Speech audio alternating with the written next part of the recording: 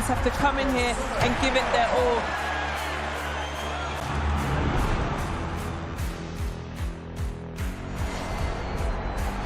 Have a real nice tempo. Goes baseline, watch out. Oh, my! Oh, baby!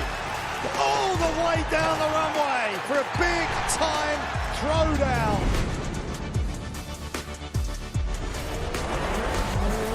That's a lot of fans out there. Look at that! The drama keeps continuing, Jenny.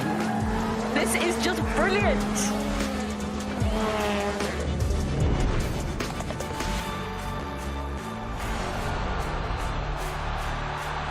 He strikes. Starts as you mean to go on.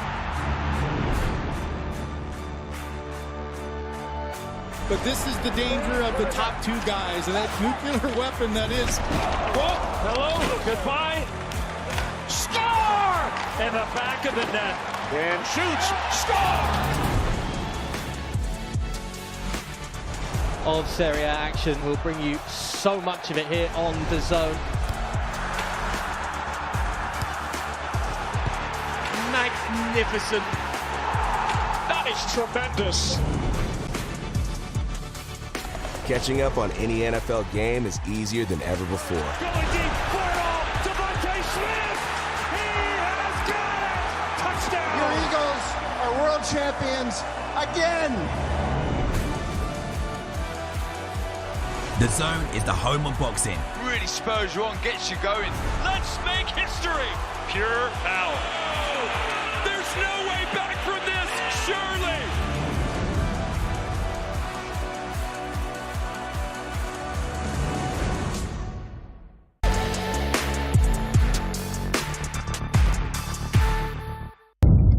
The following program is recommended for those 16 and over, as it contains sporting violence, possible bad language, and flashing imagery.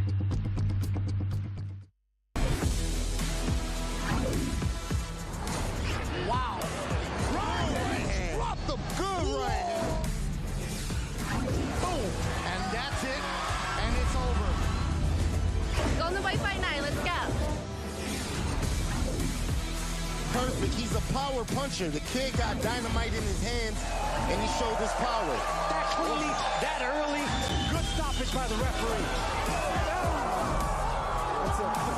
The fighters are ready. The boxing world is ready. Make some noise if you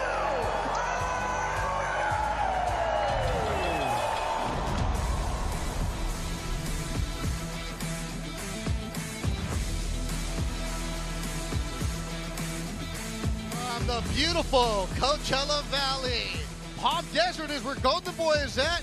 There you see a beautiful afternoon on a Friday. Of course, lush golf courses, and that building right there is Acrisure Arena, home of the Coachella Valley Firebirds, a minor league hockey team, an affiliate of the Seattle Kraken. And today, though, it is home of Golden Boy Promotions. It's going to be the first fight ever inside this building that opened up in 2022. They've seen some fights, hockey fights, but tonight they're going to see boxing. Thanks for joining us wherever you may be. Beth Duran alongside the one and only Gabe Rosado, who's itching to get back into the ring. We're going to get into that a little bit later on with you, Gabe. But, of course, here's the schedule for you right now. 3 fights free here on the Golden Boy YouTube page. And then at 5 o'clock Pacific, live on DAZN. You're going to need the DAZN app at 5 o'clock to see 5 fights that's going to work towards the main event of Raul Curiel and Jordan Panthen. So here's the fight card for tonight. Raul Curiel is going to take on Jordan Panthen in the middleweight division. That's a last-minute change. We're going to get into that. But the fight that has a Coachella Valley buzzing, a rematch of Gucci Manny Flores from Coachella against Jorge Chavez from San Diego. It was a majority draw when they fought at the end of last year. And in the ring, they manifested it. They said, you know what? We could do it at Acrisure, a bigger venue, and that's what's going to happen.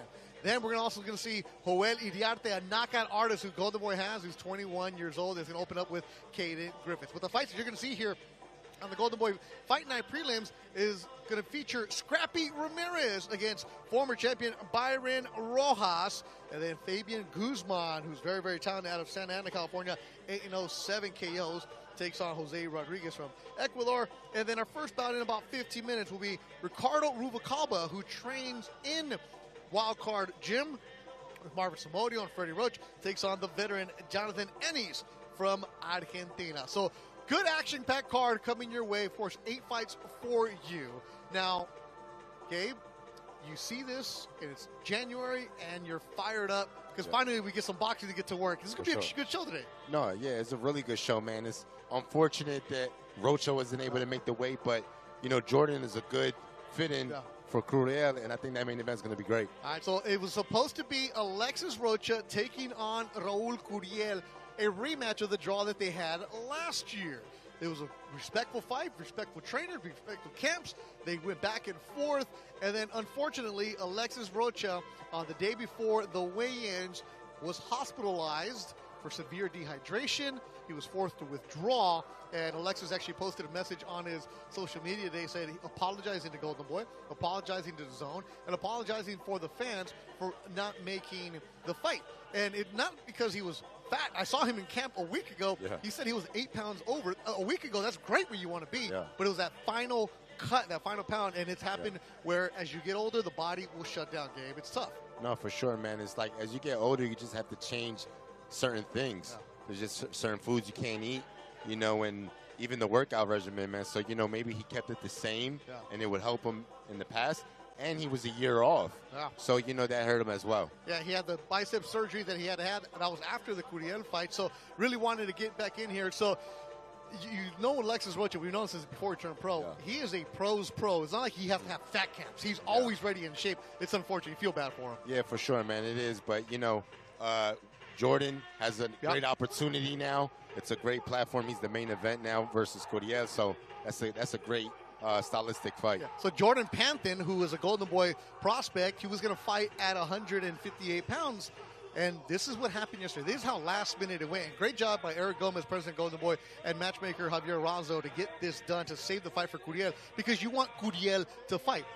Panthen, who has a record of 11-1, was literally minutes away from stepping on the scale for his original opponent, and finally got told pull off to the side. They worked out a deal, and now he's taking on Curiel. And Curiel moving up 8 pounds to fight at 155. And Curiel was on weight at 147 yesterday, but they told him what happened, and he was like, yeah, I just want to have a fight. And you've been there before. You're watching Jordan Panthen, and his last fight, he lost this fight.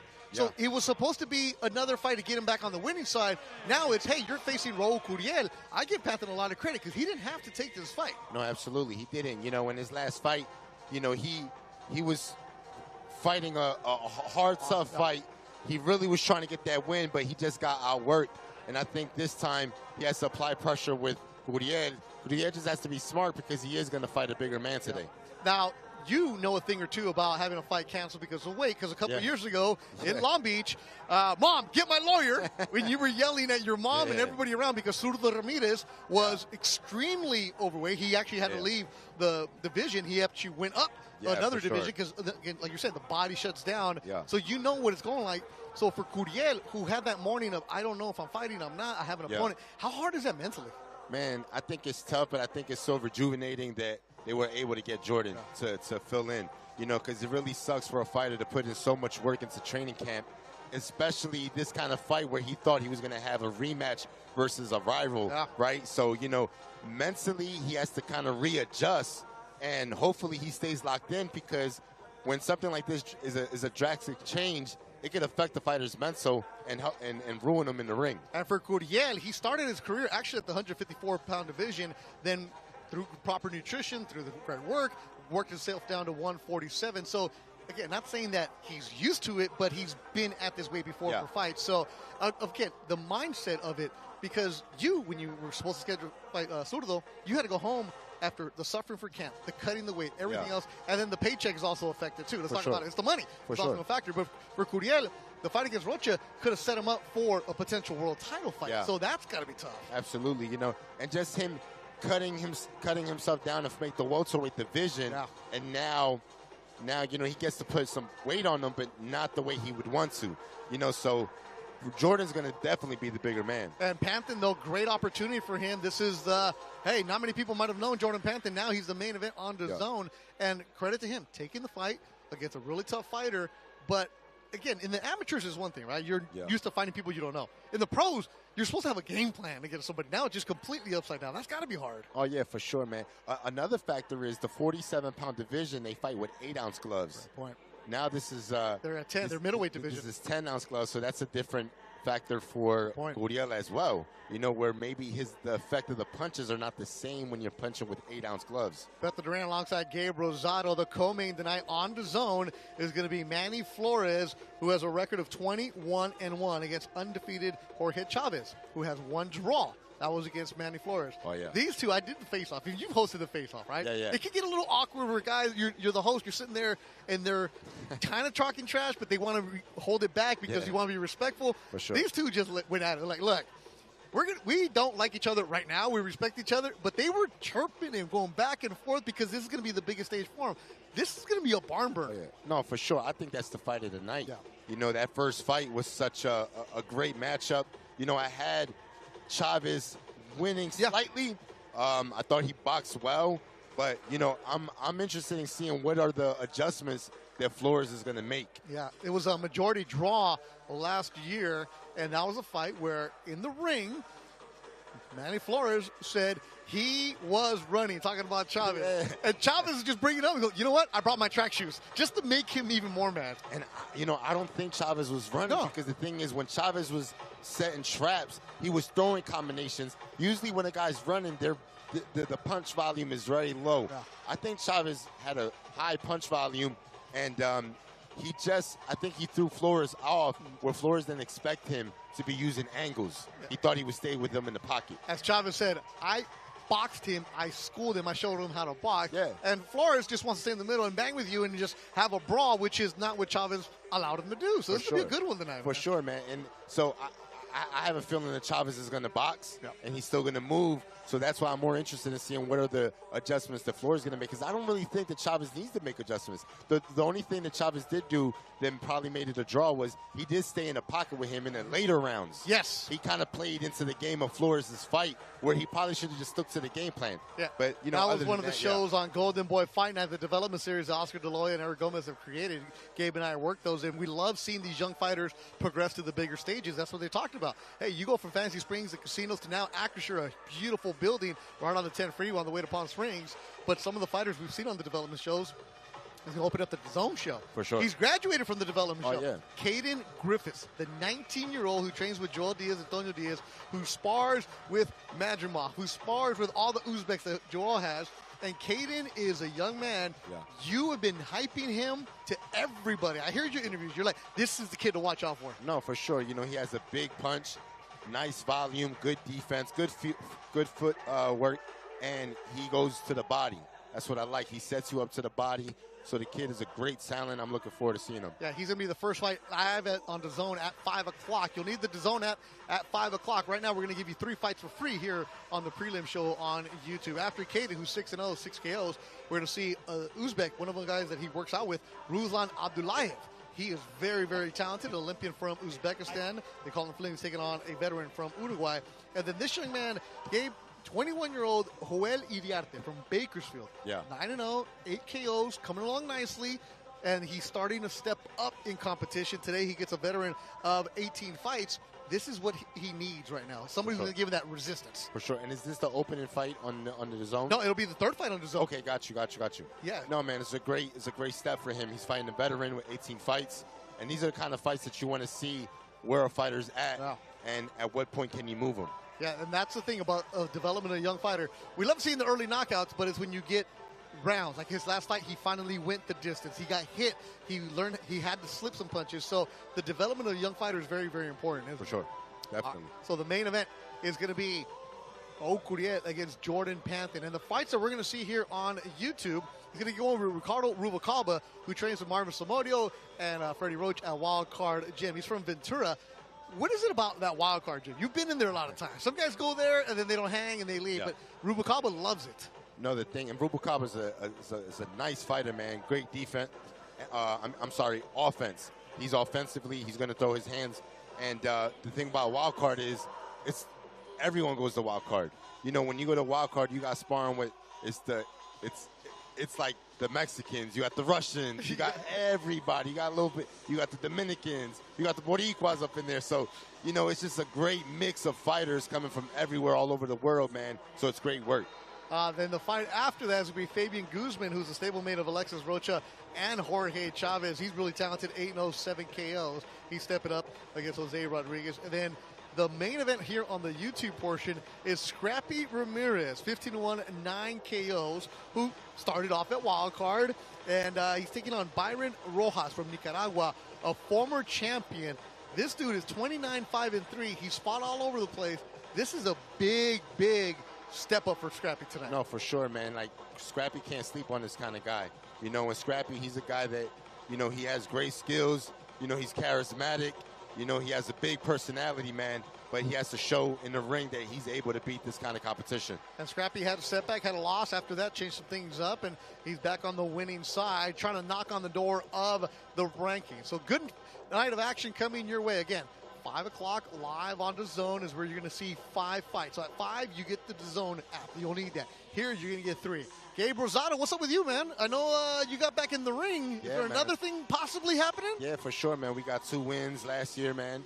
Put myself in a position where I wanted to be. And, you know, Oscar, he told me he's going to get me a fight. So I said, we want Fojum.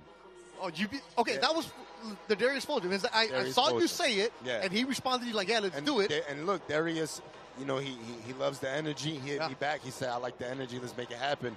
So, you know, between me and Darius, he told me he's down to take the fight. Oscar loves the fight. I spoke to Eric Gomez about it. They like the fight, so it's a matter of just figuring out the date. But that's the guy we want. Golden Boy busy here in 2026. February 21st in Vegas. Ryan Garcia against Barrios. Thursday is the press conference at the Avalon in Hollywood. It's open to the public if you want to go check that out. Ryan moves the needle, Gabe. I know you were on the Ring podcast with Max Kellerman, and Ryan's on there a lot, but this kid moves the needle no matter what. No, for sure. You know, Ryan, man, it's his personality, man. And look, Brian is a good fighter. You know, it's just a matter of him locking in the training camp and really sticking to the strategy, you know. I think his father's his trainer now for this fight. So, you know, it's just a matter of just him locking in. Make sure you follow the Golden Boy social media account for all the behind-the-scenes action from today and all the upcoming fights. You got the TikTok, you got the Facebook, you got the Twitter, you got the Instagram, all that good stuff. All right, we're moments away from our first bout of the night. Let's look at the tail of the tape for our opening one in the welterweight division. Ricardo Rubalcaba is 6 foot, the taller fighter and the younger fighter, and he has the reach advantage over the veteran from Argentina, Jonathan Ennis.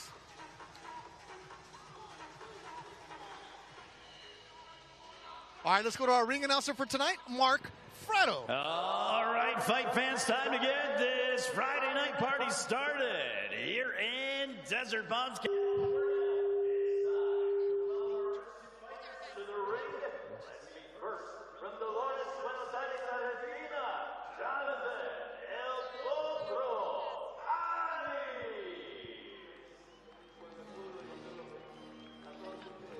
From Dolores, Argentina, El Potro.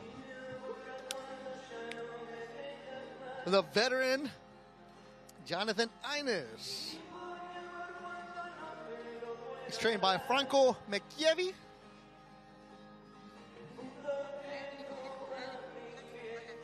Cutman Jay on his side. Coming here to do work. This is a veteran. I was talking to him in the back. I was like, so you fought all over it. He's like, man, call me and send the contract. I'll fight you. I'll find out who I'm fighting later. Sound familiar, Gabe?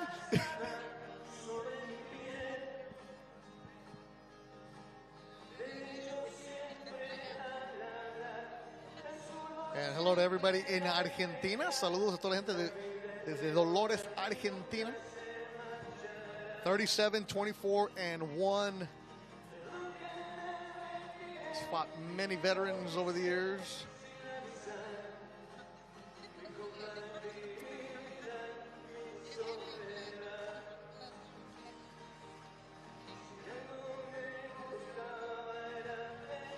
Early afternoon boxing in the Coachella Valley, Palm Desert.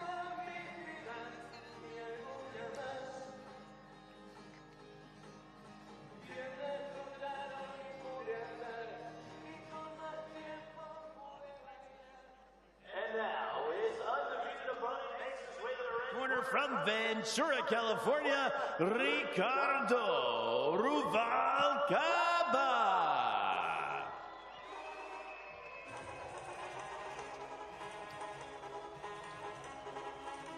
Ricardo Ruvalcaba,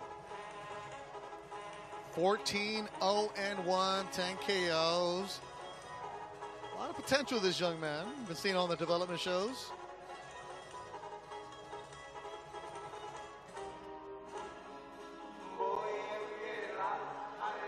Originally from the Ventura area, Ruvalcaba.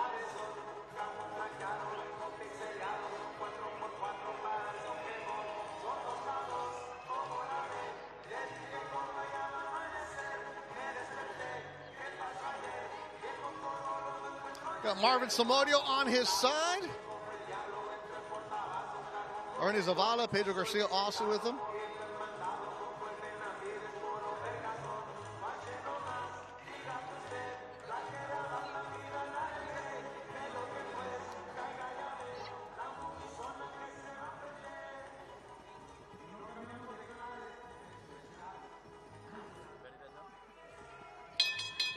Good evening, ladies and gentlemen, and welcome to Acrisure Arena here in Palm Desert, California. This is Golden Boy Boxing on YouTube. Our opening contest this evening is scheduled for 8 rounds in the welterweight division, brought to you by Oscar De La Hoya's Golden Boy Promotions and presented by BetOnline. Odds for tonight's fights are brought to you by BetOnline. Wild Casino, America's most trusted online casino. Let's get wild. And Riyadh Season.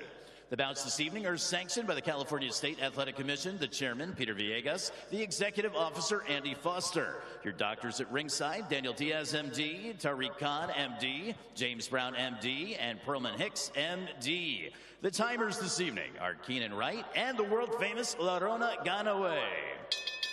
The judges scoring our opening bout, Carla Caiz, Pam Hayashida, and Damian Walton.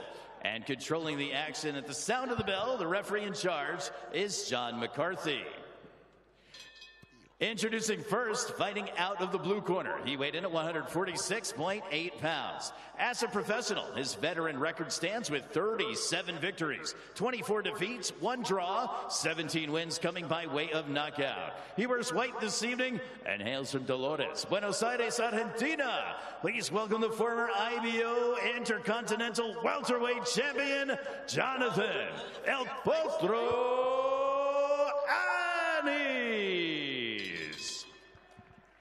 His opponent is undefeated, fighting out of the red corner. He weighed in at an even and ready 147 pounds. As a professional, his record stands with 14 victories, 0 defeats, 1 draw, 10 wins coming by way of knockout. He wears black with blue and hails from Ventura, California. Ladies and gentlemen, Ricardo Ruvalcaba.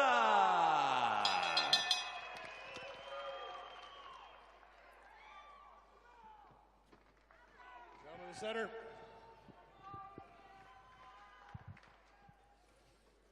Okay, right here's good. Right here, stay off of the belting. We've gone over the rules. Protect yourself at all times. Obey my commands at all times. If you want to touch gloves, touch them now.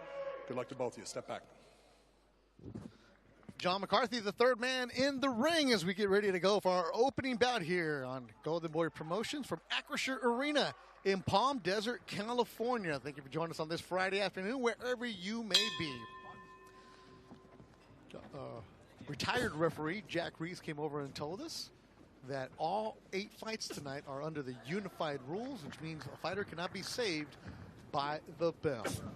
So that good clarification there. So Ricardo Ruvalcaba has a good fan base here. Made the drive from the 805 of Ventura. We call him Ricky Ruvalcaba. Taller fighter, aggressive.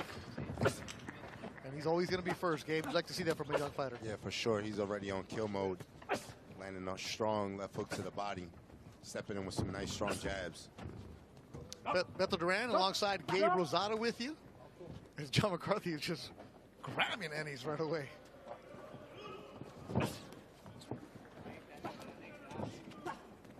And yes, that is John McCarthy, if you guys know him from other sports. This was scheduled for 8 rounds. Up next is going to be Fabian Guzman against Jose Rodriguez. Rubalcaba's coming along nicely in his young career. Coming off a majority decision, or unanimous decision in the last 2 fights, but before that was getting the knockouts. A career that started back in 2020 during COVID with the Tijuana to get his pro debut. Working his way up. Fighting on the Golden Boy shows lately. Jonathan's doing a lot of movement, not really giving Ricardo a target.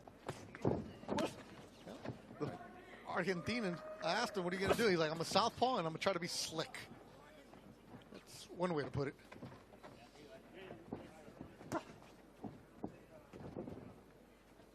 And he's the veteran. He has a record of 37-24-1. Coming off a unanimous decision loss. He's that journeyman that's going to take on fighters anywhere you can.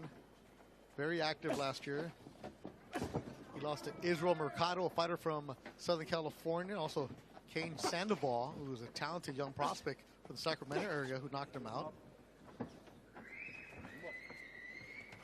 Oh, in the past, he fought Steve Claggett, the Canadian. Also, Subriel Matias stopped him in the 5th round back in 2019. So, some names on the ledger for the Argentinian fighter. So, this will be a good test for Rubalcaba. We'll see how he handles this. Yeah, I like Ricardo's punch output. I would like him to just make the jab a little more snappy, rather than he's throwing a power jab. You just want to throw a quick jab to set up the combinations. Like, see right there, that was a quick snappy jab.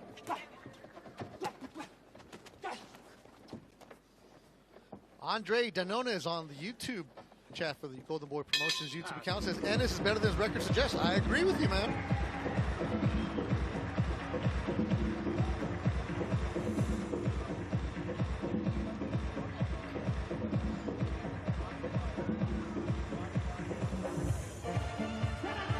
Ernie Zavala and Pedro Garcia in the corner with Marvin Somodio. Marvin's such a good trainer, man. Nice and calm all the time. Yeah, man. Marvin helped me a lot in training camps. Yeah, right here, Ricardo, see, he's diving in because he's loading up on that big left hook. Just settled down on these shots. Snappy jab. That was a good body shot right there by Ricardo. You know, Jonathan was just doing a lot of movement. Right here, he was applying pressure, but he really didn't do that throughout the round. Franco McKeevy is his trainer. I get everybody always likes to make jokes about guys' records, where they're at, but journeymen like this, where they fly from Argentina, 14-hour flight, just to get here, right? And then you show up with just your trainer, and that's it. Nobody else, like no entourage, no nothing, just a pro's pro. Like, respect to those guys. Because a young man like Rubalcaba needs this kind of work. For sure. It's a nice jab right there by Ricardo. That's what you were talking about, right? Yeah, snapping it? Nice snappy jab. Don't load up, because when you load up on a jab, the opponent sees it coming, especially a guy like Jonathan is a veteran. You got to sneak shots on a veteran like Jonathan, you know, kind of break the rhythm. Yeah, they've seen it all. Yeah, for sure. See right there, that was nice and smooth.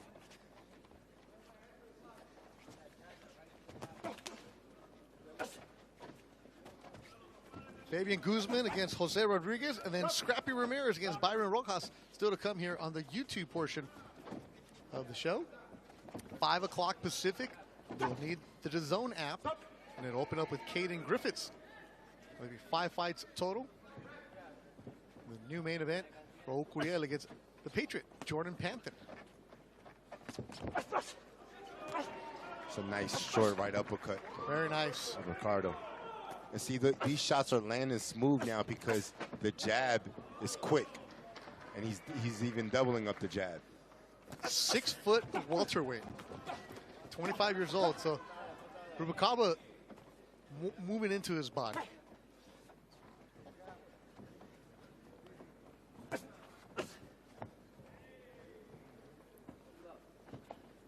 You know, Jonathan's the kind of opponent that he's going to make you work for it. You know, he just doesn't come and he doesn't go along with the program. You know, he gives you different looks. Well, that's how veterans like him keep getting fights, because they go rounds. For sure. Yeah, he went 8 good rounds in his last fight. Did Ennis. And now Rubalcaba snapping the jab, following with the good body shots. Going upstairs also. There's that Ricky chant. Oh, the 805 coming out here supporting him.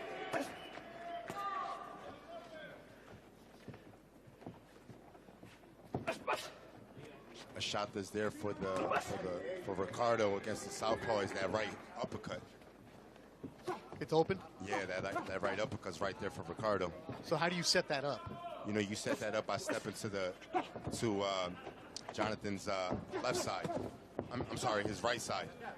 And you set him up with that uppercut right there, that double jab. Step into his right side, and then you can let that right uppercut go. Final seconds of round number 2, scheduled for 8 here at Acrisure Arena in Palm Desert, California, right on the 10 freeway. If you're on your way to Coachella. Yeah,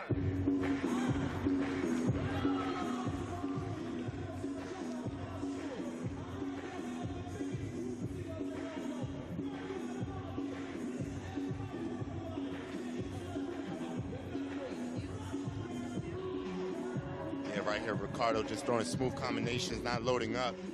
You know, just being a lot more elusive in this round. Nice defense against the rope, throwing combinations.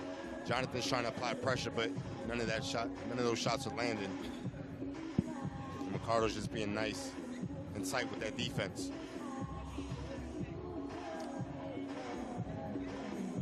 Mighty Brooks says, I'll be there in 2 hours. All right, then you'll be here just in time to watch Kaden Griffiths open up the DAZN portion of the broadcast at 5. Friday afternoon boxing, that's different, I like it. Here you see Lorana Galloway, our timekeeper for tonight. 3rd round of action. Damian Walton, Pam Hayashida, and Carla Caiz are judges tonight. Big John McCarthy, the referee. Beto Duran alongside Gabe Rosado. And Ennis, nicknamed El Potro, the horse. He's also a boxing coach.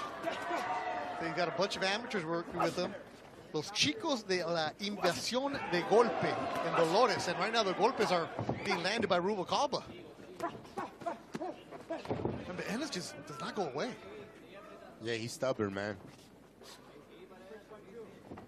And the thing with Jonathan is just, you know, he doesn't let his hands go enough.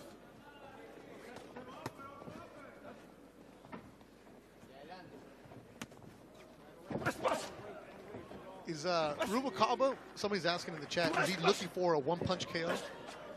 I don't think so right now. I think in the first round he was when he was loading up. But right now he's being more, you know, being more snappy with that jab. He's definitely he has mean intention in the combinations. But you got to be a little more crafty to hurt a guy like Jonathan, just because he's a vet and he has good eyesight on these shots. He knows how to slip just in time. Exactly. He knows how to avoid the big shots. You might hit him with 1 or 2 shots like that right there, but the big shot, you're going to have to work for that.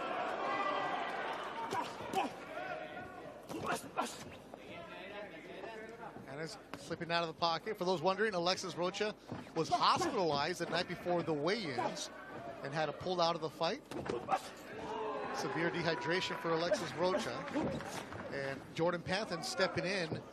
We have a new main event with Raul Curiel and Jordan Panthen. Alexis Rocha issued a statement on his social media saying apologizing to Golden Boy, DAZN, and the fans. He wasn't heavy. He was only like the final weight cut just got to him. Just moments ago, Ricardo landed a good right uppercut to the body, and that shot's there for him. I think he needs to, if he gets the knockout, he's going to have to work the body a little bit more and slow down Jonathan.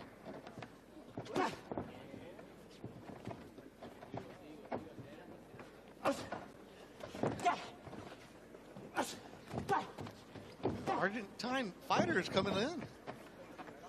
Not backing down at all.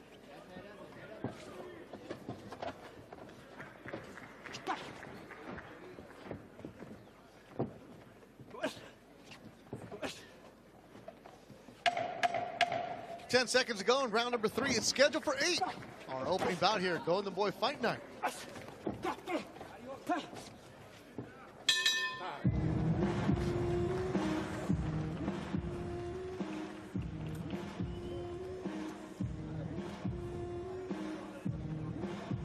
Marvin, always nice and calm in that corner. Yeah, man. That's a good presence for a young fighter, especially, right? For sure. But you know, Marvin knows his stuff. Right here, Verbal Carbo just throwing a flurry of punches, combinations. Nice short left uppercut right there. And those are the sneaky shots he needs to keep landing. All right, here's one of the comments. Gabe Rosado is the definition of a warrior. Doesn't care about his O and never a boring fight. Boricua. Let's go. That's from Frontline. Leave the comments in the chat. We appreciate everybody joining us wherever you may be. I know people watching in Fresno, people on the East Coast. You're a hardcore fan, you're watching on Friday afternoon. Love it. Straight up.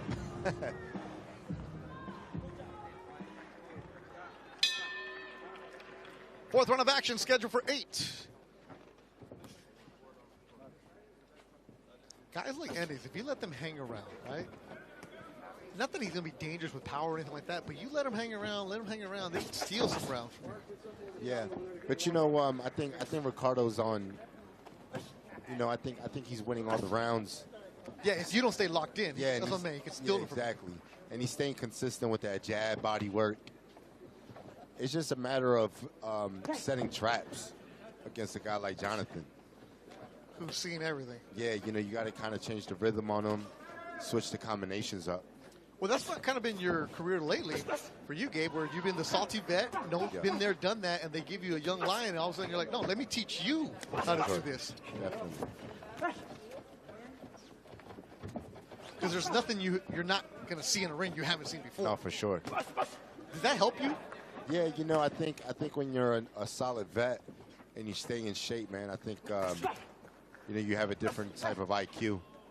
Yeah, and that's going to be something we're going to see later on here on the YouTube portion, where Byron Rojas from Nicaragua, who's going to take on Scrappy Ramirez, has a lot of the experience, been around. Scrappy working his way up. It's going to be an interesting one.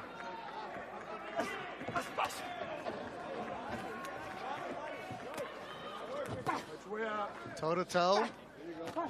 And he's bringing the fight to Rubalcaba. There's that uppercut you're talking about. Yeah. But you know, in the inside, Ricardo has to have his front leg on the outside of the southpaw, so he has the better angle in the inside. So his left leg should be on the outside? Yeah, that left leg needs to be totally on the outside of it when they're working in, just to create a better angle for him to land that right uppercut. See where he has his leg? Yeah. Because if your leg's in the middle, why? That's bad? Yeah, you know, you're going to miss that right uppercut. You're going to miss that target. It's just you have a better angle working the inside and landing that right shot. That's just right like hand. Repetitive footwork, right? Yeah, for sure.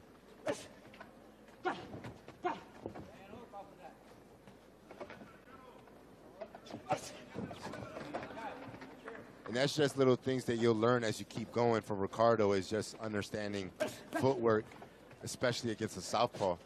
You always want to have your foot in the outside.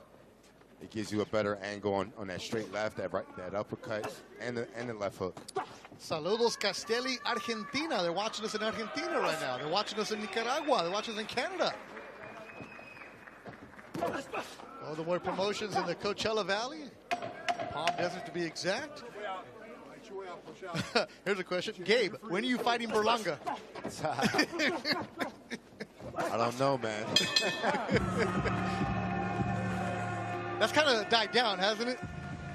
At least on social media. You know, I'm not chasing it no more. If it happens, it happens. But, you know. If you guys could only see the smile on Gabe's face right now. This is the professional broadcaster, Gabe Rosado, right now. But your Instagram. Nice inside work right there by Ricardo. Good 2 body shots. And, you know, right here in the inside, Ricardo just got to keep that jab busy. Keep working that jab. It'll open up the offense.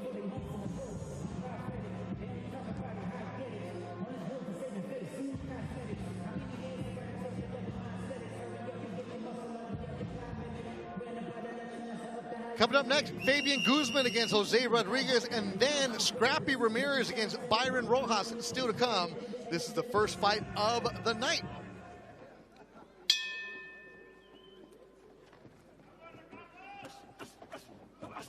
Nico says he's watching us in Switzerland. There we go. Swiss Alps. And Potro's bringing some crowd right now. He's not backing down. Potro Ennis. So he started boxing at the age of 13 because his brother took him to the gym. 3 fights for you free here on YouTube. And then at 5 o'clock Pacific, you will need the DAZN app to watch Caden Griffiths, Ruslan Abdullayev, Joel Iriarte, Manny Flores against Jorge Chavez, and then Jordan Panthen against Raul Curiel.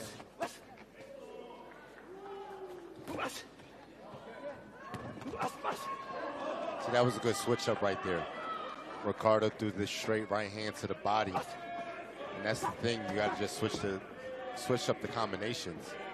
Hey, the opening round, you were talking about wanting Rubalcaba to snap that jab. Yeah, because the thing is, like, you know, you could become a little bit robotic when you stay nice, like when you stay tight, and it's easy to see the combinations coming, so you want to loosen up.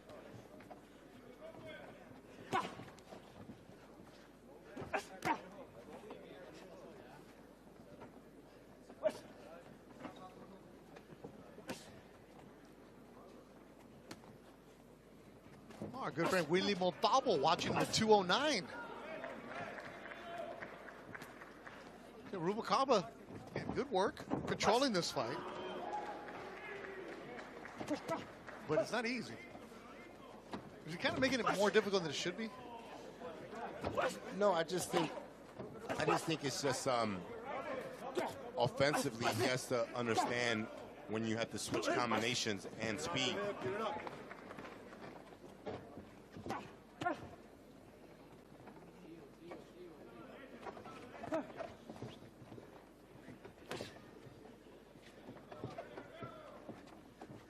See, like allowing Jonathan to come in right there, without making him pay. Yeah, because the first 2 rounds, you have to let that jab go.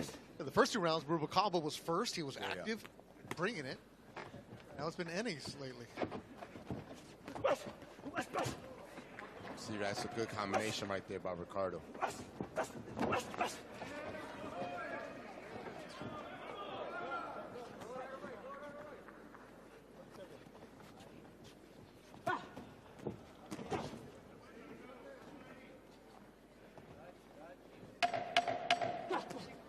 I like to see Ricardo fire shots off the slips and rows.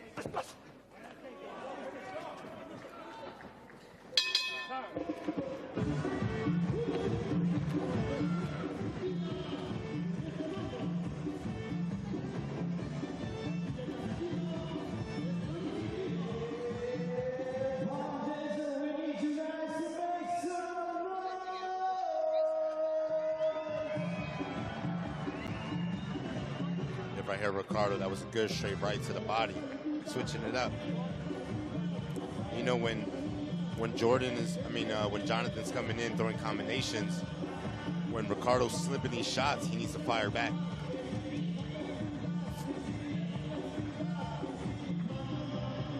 I'll tell you what, Gabe, reading some of the comments, I think everybody here is on Team Rosado versus Berlanga. Cornelius and friends says, Gabe will go to the dark places to win. Berlanga is not. Listen, it's a fight that we've talked about. And you never know. You never know. Paul in the UK watching us right now. We appreciate everybody in the UK. See, like right there, Ricardo, he threw a 1-2 effortlessly. I want to see more of that because, see, those kind of shots is what sets up the big shot. When you're just throwing big shot after big shot, the opponent sees it coming. See, right here, this is good offense. It's picking up the pace here in the 6th round. Yeah. It's you tapping away, and you find, there you go, you find the big shots. See that? Good body nice work. throw. Yep. He's more elusive, he's not tight. He looks different this round from the last couple. And now it's Ennis with his back against the ropes.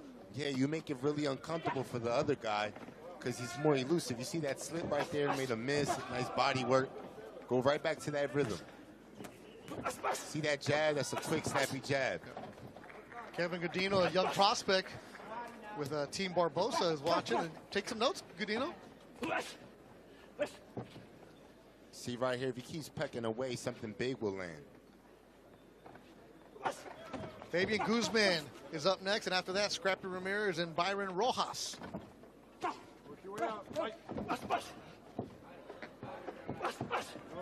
I like the activity from Rubalcaba now. Yeah.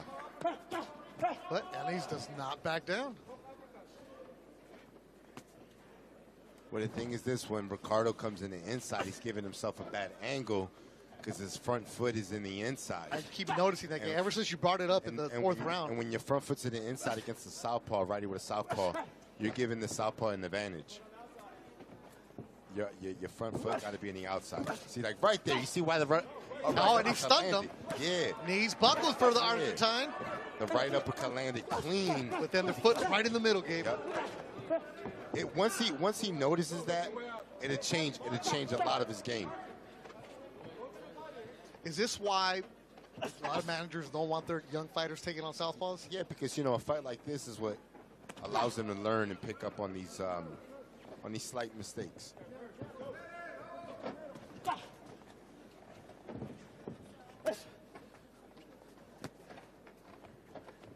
You see him being nice and elusive, quick 1-2, slipping that shot. This is a way better rhythm for him. And also for a fighter like Rubalcaba, when you're sparring at wildcard, you're getting fighters that are coming at you, right? You're not going to get guys that are awkward like Ennis, who's bleeding from the mouth. Good uppercut by Rubalcaba. Finally landed the one you've been looking for. Yeah. Somebody's bleeding. It's Ennis' mouth is busted up. Is he bleeding? Okay. Yep. It's not the eye.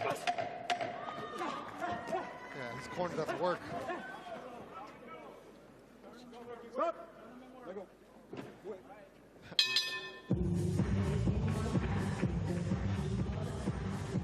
Well, Ennis doesn't have many teeth. He has his 2 front teeth and then his fangs. I looked at him like, wait, you know how sometimes make the mouthpiece look like you don't have teeth?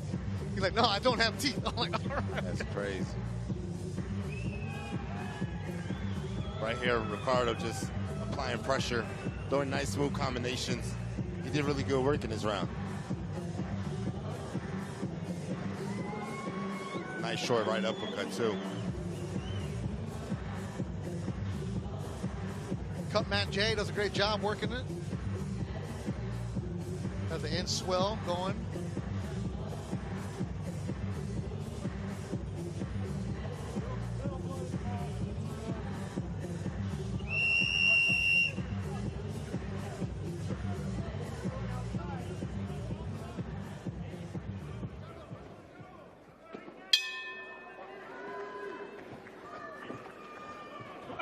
Round number 7. We knew Ennis would be a tough out, but it looks like Rubalcaba is starting to break him down. Taller fighter from the 805. Ventura County. Fernando Vargas would always say, top of the food chain. Of course, Robert Garcia and his father, Mikey.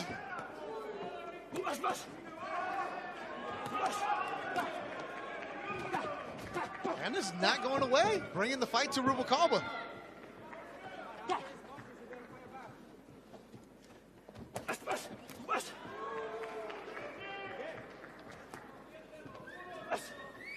Now blood from the nose of Ennis. Is it Dolores, Argentina? Not too far from Buenos Aires.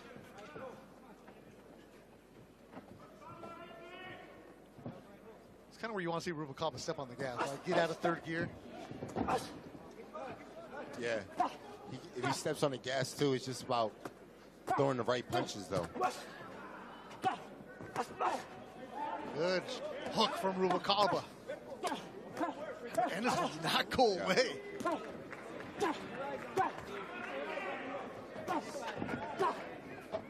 See, that left is landing for Jonathan because of the stance, the angle.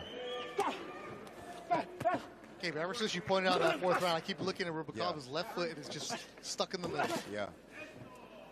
Because you're off the line. You know, the key of boxing is who's in line to get hit with them shots. The Lopez family watching us in Chicago. We got people in Southern California, Florida. Love this. Love the community that boxing brings. Of course, Philadelphia, you know, we're watching there. Got a couple members of the U.S. Navy watching on their base. Thank you for your service. And it's tough.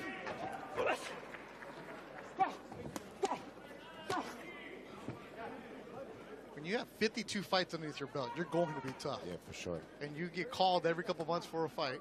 Now I see why with Ennis. Hey, he's not going to do anything to win the fight, but he's just going to make it frustrating for you.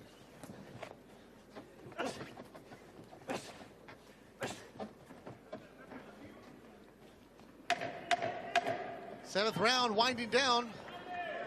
Still got Fabian Guzman and Jose Rodriguez is coming up next. And Scrappy Ramirez against Byron Rojas from Nicaragua still to come here on the YouTube portion. Golden Boy Promotions.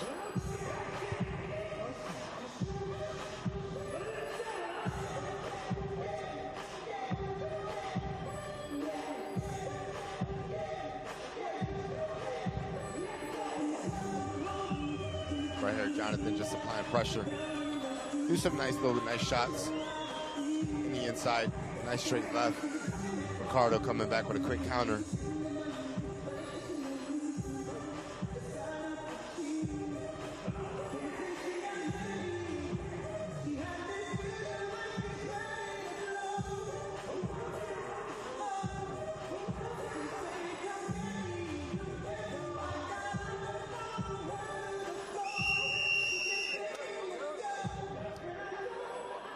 Bulbous Boxing Academy, you're asking about Gael Cabrera. He was scheduled to be on this show, but during sparring, suffered an injury that's going to keep him out. But he's scheduled to be back on the Golden Boy show soon. Eighth and final round of action. Rubalcaba, Ricky, in control of the fight, but he had to work for it. How will he close?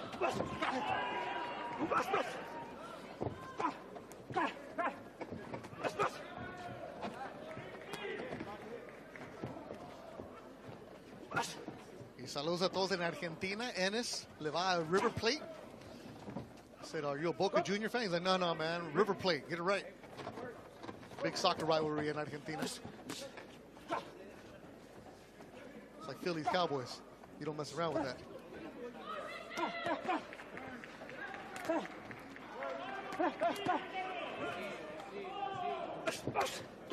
Body work from Rubalcaba. Attacking the left hook to the body. There's an uppercut for Rubalcaba. Finding another uppercut for Rubalcaba. He's found a home for it here in the eighth round. The eighth and final round. Another nice uppercut from Rubalcaba. Finally listen to you, Gabe. Yeah. Still in the wrong side of the inside, man. Which makes you wonder if he was in the right spot, how much power he would have.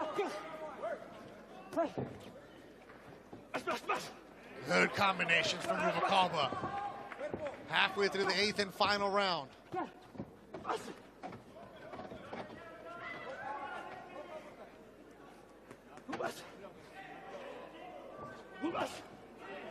Found a home for that uppercut. But Ennis. Here's that bad cliche. Tougher than a $2 steak.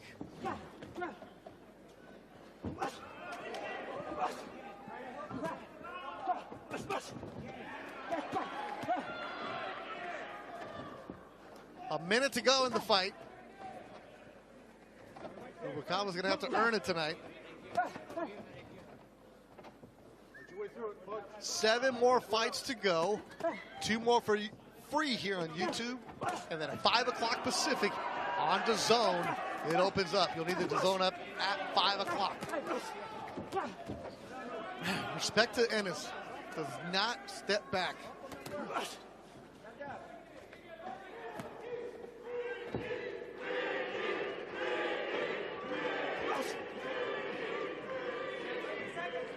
The Rubalcaba faithful making noise inside Acrisure Arena. Our opening bout of the night. Good crowd coming through. It's going to be really crowded when we have the co-main with Gucci Flores and Jorge Chavez. That's coming up later on the night. Our opening bout delivers. Good, solid 8 rounds between Ricky Rubalcaba and Jonathan Ennis in Argentina. Good scrap, good scrap.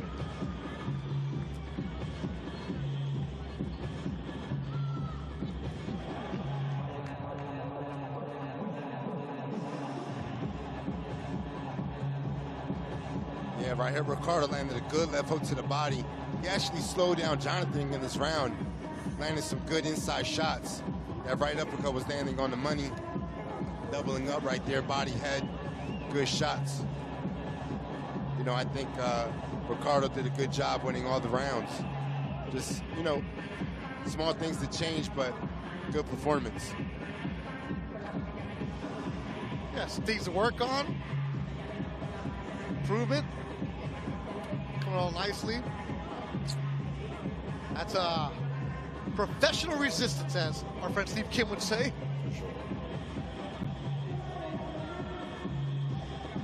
We're inside Acrisure Arena. Over the Coachella Valley Firebirds. That was the first ever boxing match inside this building. They play hockey and they have concerts.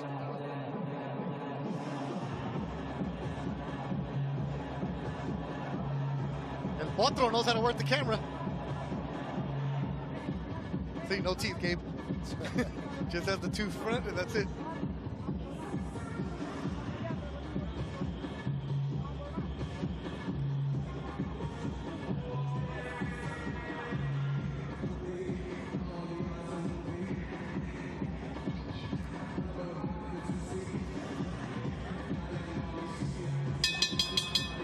Ladies and gentlemen, this one went all 8 rounds. Let's get a round of applause for these two warriors. Getting us started here on Golden Boy Boxing Fight Night. We now go to the judges' scorecards, where Pam Hayashida scored this one 79-73. Carla Caiz and Damian Walton each had an 80-72. All 3 judges in favor of your winner by unanimous decision and still undefeated. From Ventura, California, Ricardo Rubalcaba. So Ricardo Rubalcaba sweeps the card on 2 of them. 1 judge gave Ennis 1 round. So Rubalcaba is now 15-0. Thanks to the unanimous decision victory for him on our opening bout here on Golden Boy Fight Night on the Coachella Valley. All right, so the first one, unanimous decision. The second fight coming up is going to be Fabian Guzman against Jose Rodriguez from Ecuador. And we still got Scrappy Ramirez against Byron Rojas from Nicaragua.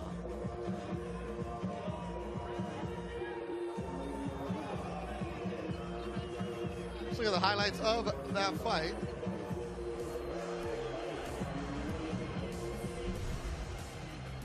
You know, right here, Ricardo was establishing the jab. Jordan would try to apply pressure, but, you know, Ricardo had good defense, slipping in that nice left uppercut, good strong jab. And, you know, Jonathan just took some good shots. You know, he had a good chin because Ricardo was hitting him flat on the money. Nice body work right here, too, with the 1-2. Good win by Ricardo. And he tried to get the knockout, you know, landing big shots, combinations. He did everything he could do to try to hurt Jonathan, but like I said, Jonathan was just very durable. Yeah, good quality work for Rubalcaba. You need that as you progress. So he's now 15-0. So, all right, 8 solid rounds. 2 more fights to come here. Golden Boy Promotions.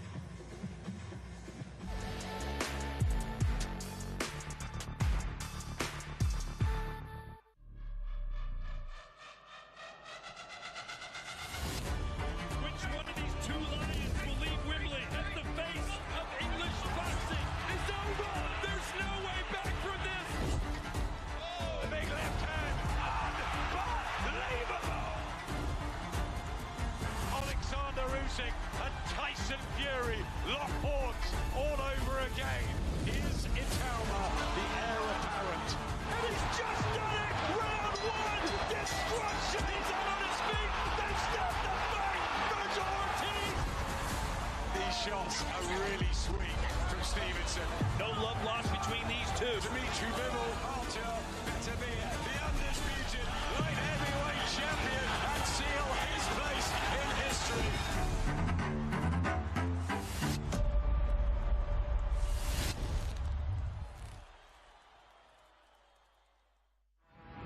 I got a lot of heart. This guy's good. This guy's the next Floyd Mayweather. There's nothing else that they could say bad about me no more. For somebody who's never seen me fight before, I think I'm a master of my craft. If you want to see art, come watch me.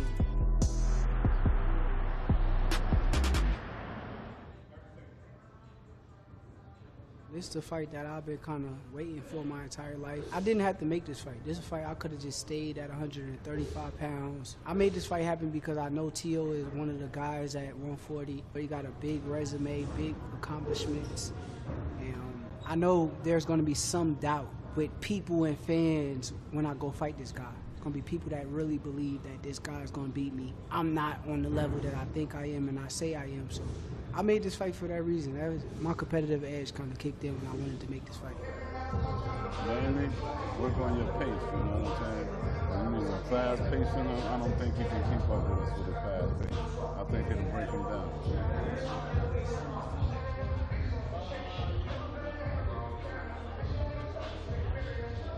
You know he like to work off his jab, so you handle that jab, you handle with coming forward. That's the first thing that you always want to do, man. Try to avoid injury, man, in sparring, man.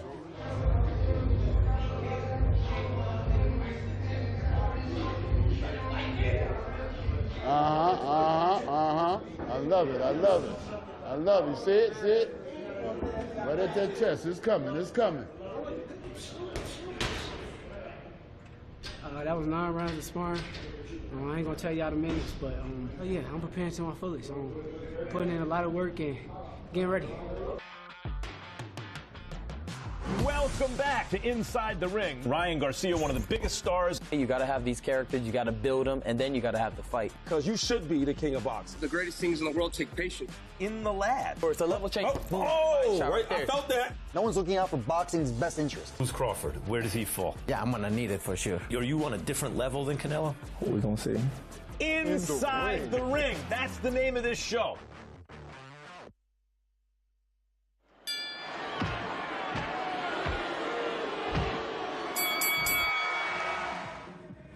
Back here at Acrisure Arena, Beto Duran alongside Gabe Rosado. We had our first fight done, and it was Ricardo Rubalcaba meeting Jonathan Ennis.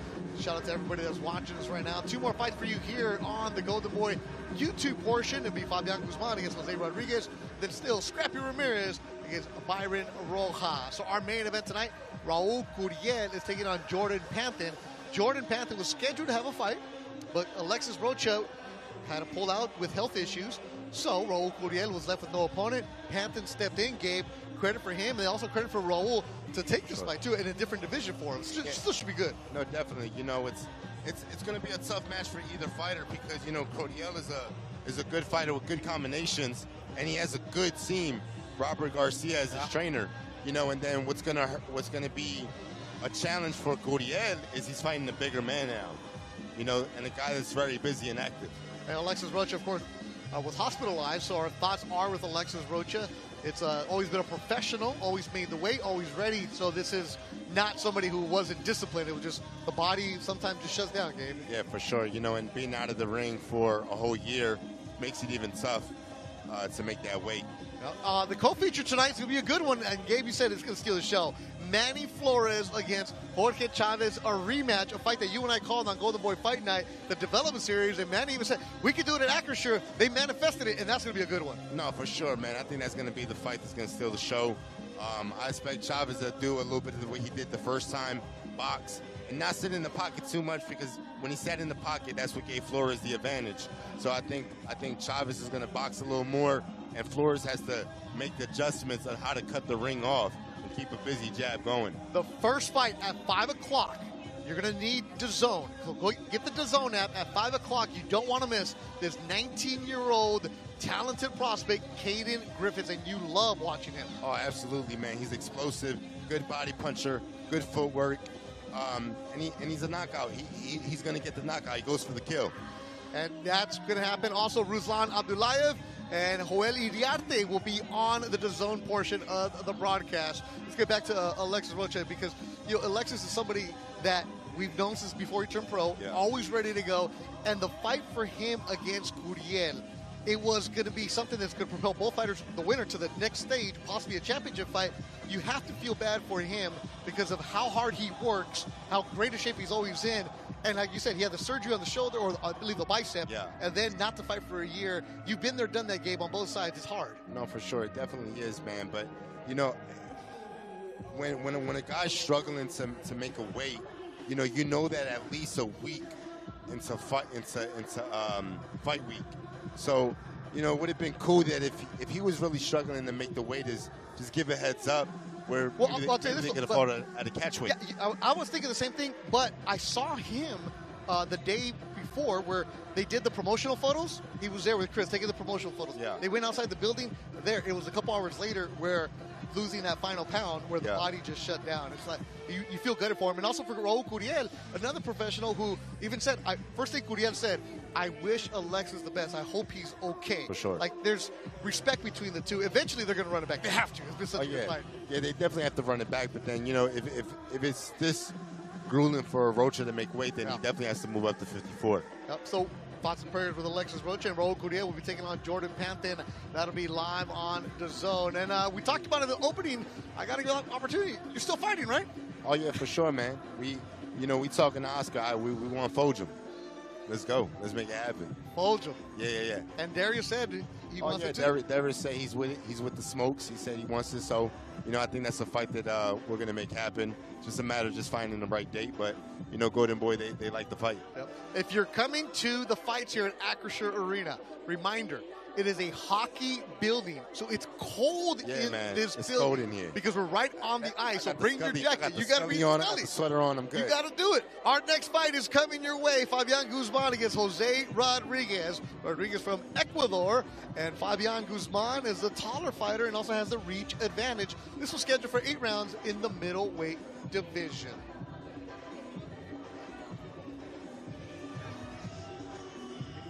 All right, fight fans, time to get 2 fighters into the ring. Let's meet first on his way to the blue corner from Guayaquil, Ecuador, the Ecuadorian middleweight national champion, Jose Locotin Gabriel Rodriguez.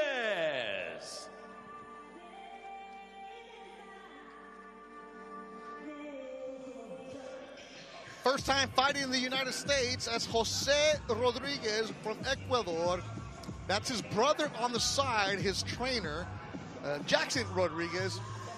And then the shirt that he's wearing is of his brother who died 10 years ago. And he was also a fighter. So all 3 of the brothers were fighters. He said, because it's my first fight in the United States, I wanted to show respect to my brother because it was always our dream for one of us to fight in the U.S. He's from Guayaquil, Ecuador. The 28-year-old Locotin is the nickname for him.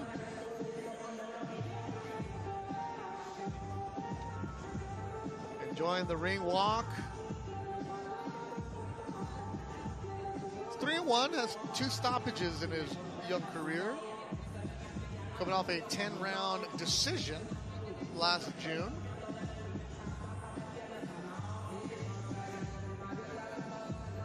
And his only loss was a split decision in the second fight of his young career.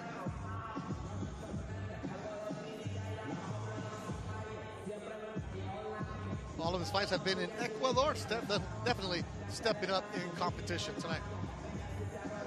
And now his undefeated opponent makes his way to the red corner from Orange, California, Fabian Guzman.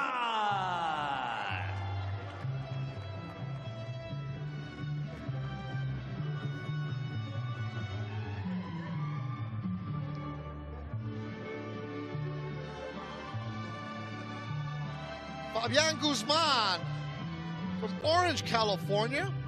Hector Lopez over his shoulder, trainer. He's going to have a busy night also. He's going to have Jorge Chavez later on in the co-main. You see Hector wearing the Team Lex jacket. He is also Alexis Rocha's trainer and manager. J.V. Santos and Cesar Campos in the corner. Guzman 8-0, 7 stoppages.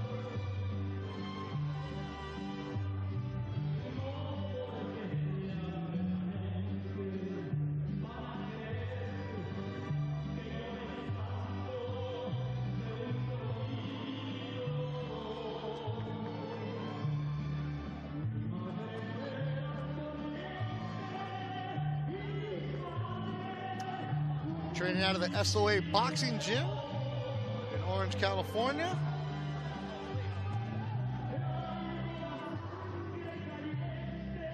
Got the stockroom shoes tonight, so he's ready to go.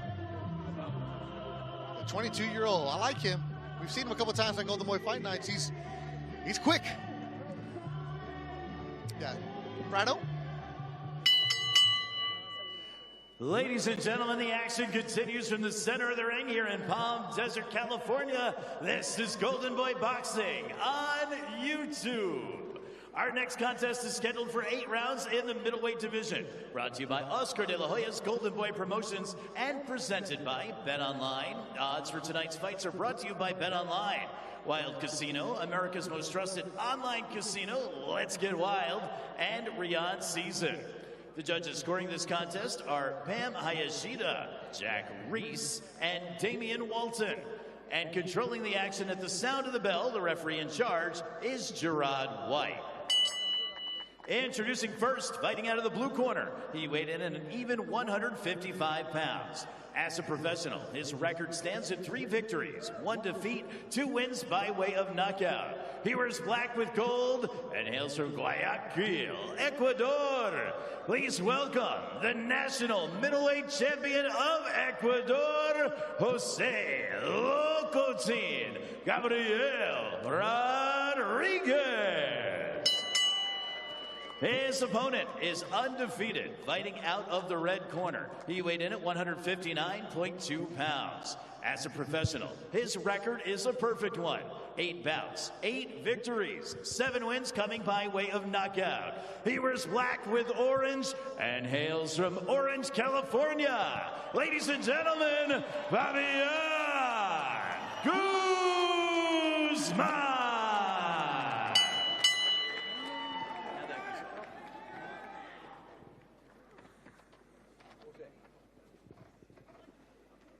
Jose, Fabian, we went over the rules in the dressing room. Both of you guys know what I expect out of you. I want you to fight clean, fight hard. I'm going to let him work to right here. He can work to right here. Touch him up. Let's go to work. Gerard White, the third man in the ring. Damian Walton, Jack Reese, and Pam Hayashida are judges for this one, scheduled for 8 rounds in the middleweight division. Mouthpiece. Ready? Ready?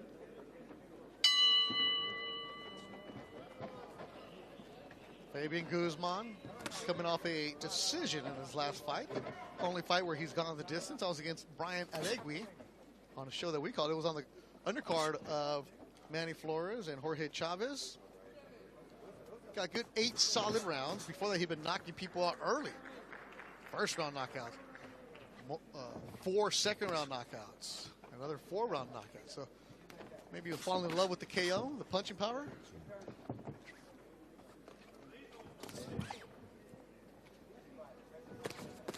Hooks from Guzman right away.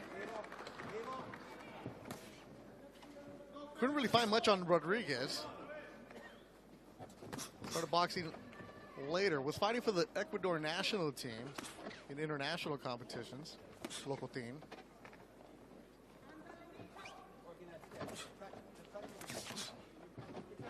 Guzman being patient, just throwing jabs, trying to see an opening. Nice shot right there with the right hand. Fight after this will be Scrappy Ramirez and Byron Rojas. Good jab from Guzman in the orange. Body work from Guzman.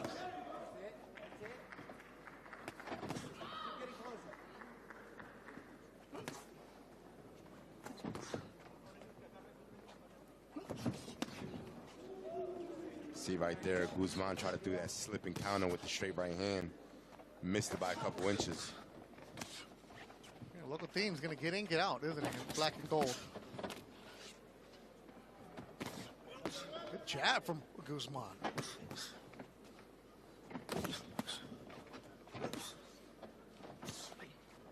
This one's scheduled for 8 rounds. Yeah, when you can't find any videos of your opponent, you don't know much about them, it's going to take a couple rounds to fill out, right?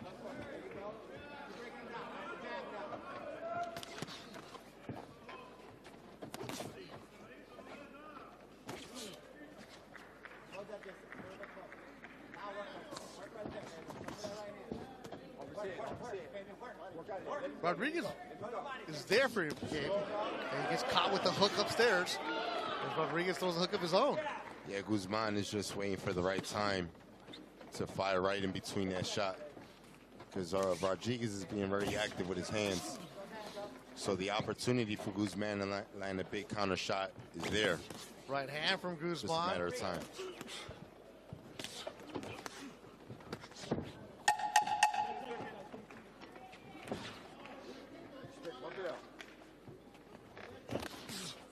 Good opening round.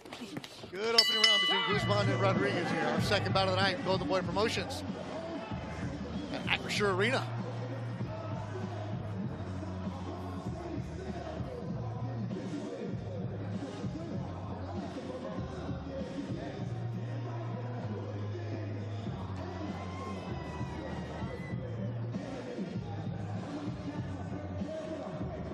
Guzman threw some nice left hooks to the body right here, doubling up top.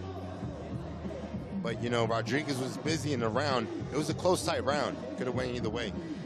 But I like the body work that Guzman landed in that round.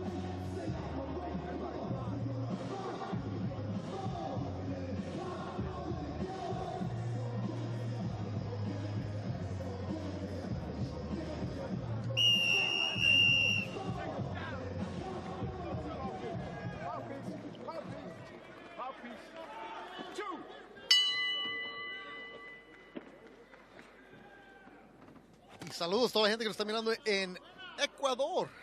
That's where Jose Rodriguez is from. El Locotín and the black and gold.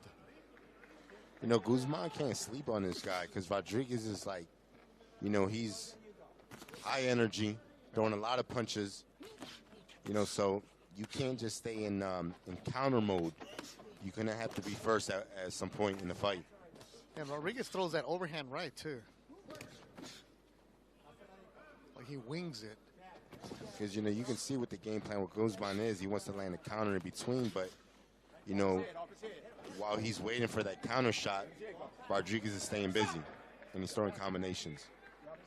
Also being very active, Rodriguez. Yeah.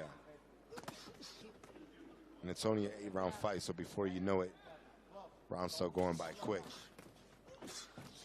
Yeah, when I was talking with Rodriguez a little bit, the excitement for him yesterday at the weigh-ins, just being around, you know, the pageantry that you have, it's like different from anything he's ever gone through. And, you know, Rodriguez is landing some good shots. Yes, he is. He landed a good left hook right there. And you can see the redness in the face of Guzman. Look, a nice jab right there. Yeah, he's getting comfortable. Guzman's going to have to wake up and start throwing combinations. Like, we know Guzman, but it was when I was doing my research for Rodriguez, couldn't find anything, just saw the box rec and no videos at all, and you just don't know what you're going to get. And when you don't know what you're going to get, guys are, sometimes they show up and the lights are too bright, other times they're like the biggest opportunity of their life, and that's exactly how Rodriguez is treating it. Right, that uppercut was good. Body shot from Rodriguez now. And look, the openings are there for Guzman to land. It's just a matter of just letting his hands go. That was a nice right hand. There's that uppercut, left hook from Guzman. He's letting his hands go now, Gabe Rosado. Props to Rodriguez, he took that shot well. He wore it.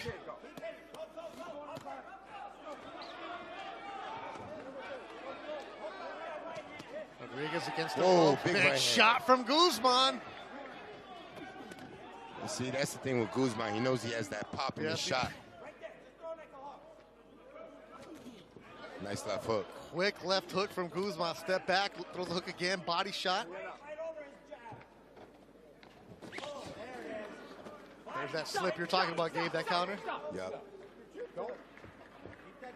Gerard White letting him know don't do that. Hey, Guzman had that stiff jab.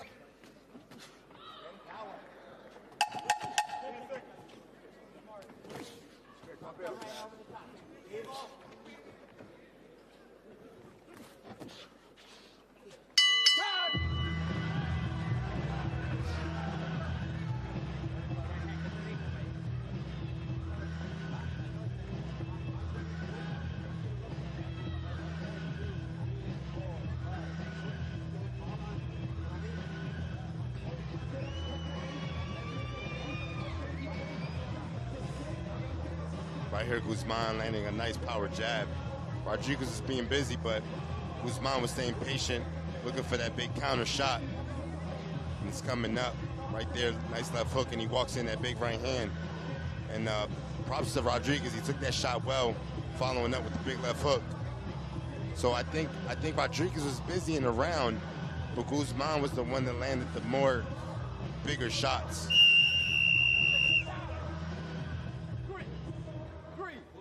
Afternoon boxing here at Acrisure Arena in the Coachella Valley, Palm Desert to be exact. Beth Durant, Gabe Rosado with you. Thanks everybody joining us on YouTube. We see the comments. Love the commentary going along with us on the fight.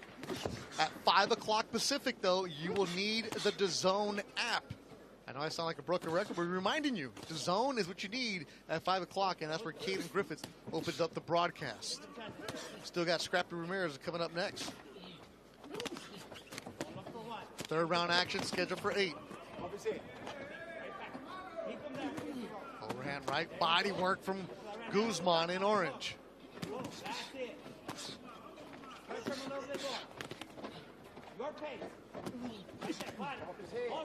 Rodriguez is active, Gabe Rosado. Yeah, he is.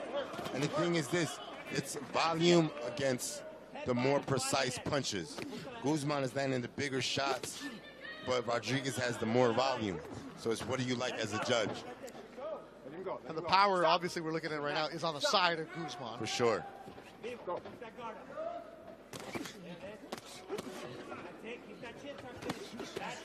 a big body shots landed by Guzman. Don't grab his head in front. Pressure him a little bit. Step back, step back, step back. Box. Hard pressure.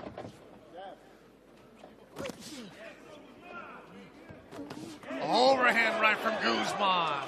That wobbles Rodriguez in the black and gold. Right hand, like a hook right there. Right hand like a hook. Right there. And this round's working better for Guzman because he's being active now. Moving Rodriguez back. Yeah, landing big shots and staying active in the round. Hook from Guzman as Rodriguez trying to hold on. And Rodriguez is not liking this pressure. No, and he's breathing heavy now as we approach a minute to go in round number 3.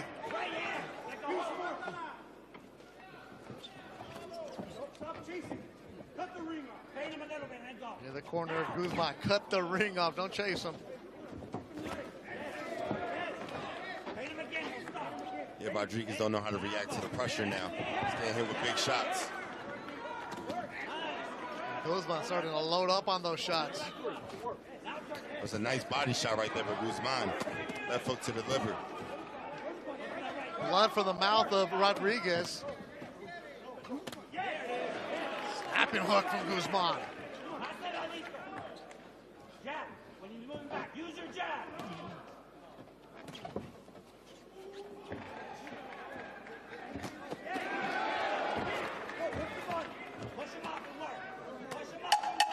Final seconds of round number 3, a solid round for Fabian Guzman, fighter out of Old Town Orange. Yeah, this is the best round for Guzman.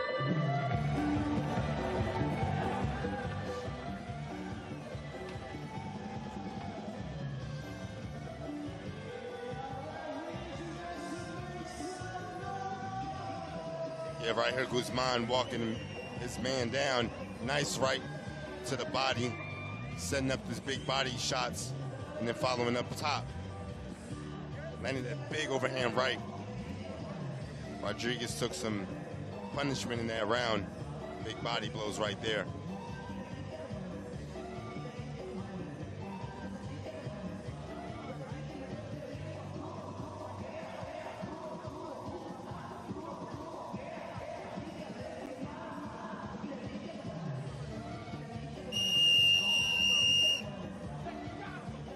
Guzman is starting to break Rodriguez down.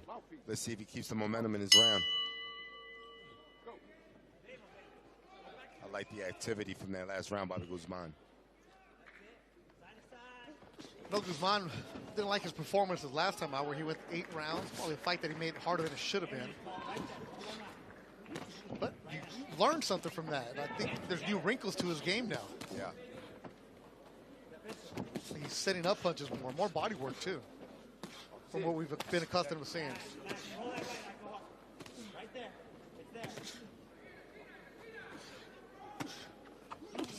Nice body shot. Digging that body work is Guzman, especially with that left.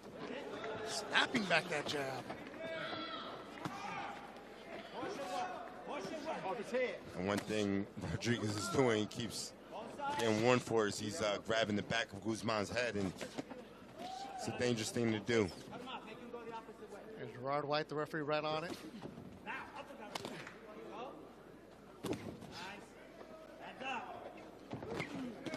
Scrappy Ramirez coming up next. Oh, nice combination. Excellent work by Guzman, wobbling the fighter from Ecuador, who's against the ropes right now. And, you know, it takes Guzman a while to warm up, because in the first 2 rounds, he wasn't this active. You know, I like to see him start early.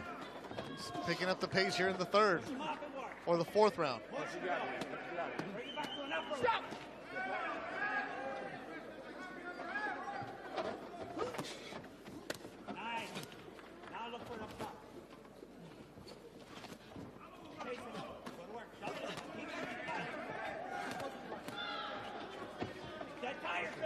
Rodriguez is breathing heavy now in this round.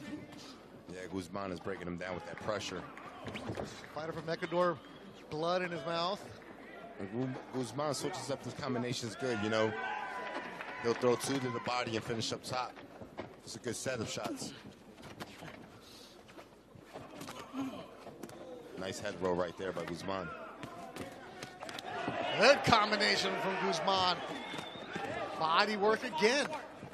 Solid work. Yeah, these are some heavy shots by Guzman. Only 22 years old, Fabian Guzman. Oh, nice shot. There goes Rodriguez. Guzman landing the shot. Rodriguez pops right back up, though. The ref didn't count it as a knockdown. Oh, it's not a knockdown. Oh, it is? Oh, okay. 20 seconds to go in the round. Rodriguez trying to survive.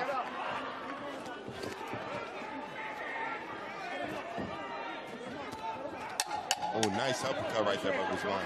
Final seconds of round number 4. Guzman pouring it on. Rodriguez trying to make it to the bell, and he does.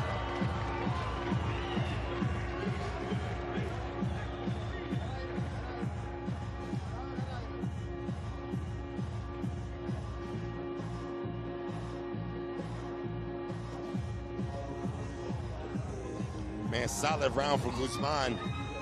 Just breaking his man down with some great body shots right there. That right hand, left uppercut followed up by the big right. Just throwing good combinations, punches from different angles. Really hurting Rodriguez. And right there, that good slip, overhand right counter. Perfect shot. That counter got him. There's Cutman Jay working.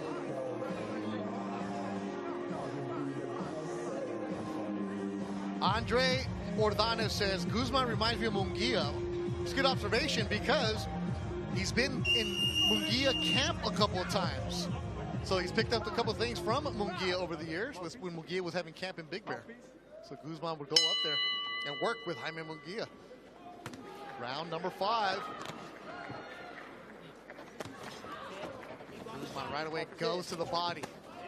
Digging to the body. Upstairs now is Guzman.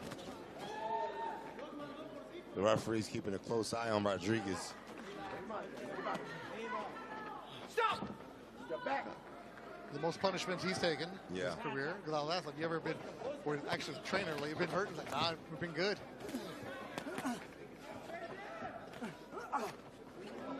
Big swing and a miss.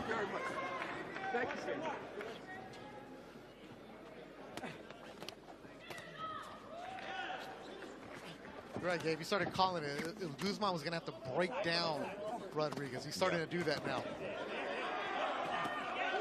Oh, that overhand right just missed flush.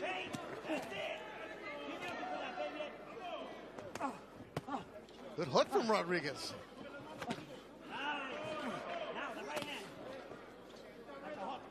I like that rolling and shooting by Guzman right there. Just, you know, roll the shots and counter. He's looking for that left hook to the body. And every single time Guzman lands it, Rodriguez takes a deep breath. Started to take a toll. Left hook to the body, Gabe. You're calling it. Guzman hears you. And Rodriguez tough, man. He's taking a beating right now. Yeah. This corner might have nice straight right pay hand. attention now. Ooh, That's lot of Guzman blood. working and blood flying out of the mouth of Rodriguez. Hands are all the way down for the fighter from Ecuador. I got a top for you, Gabe, right here. Don't worry. We know the blood's going to be flying.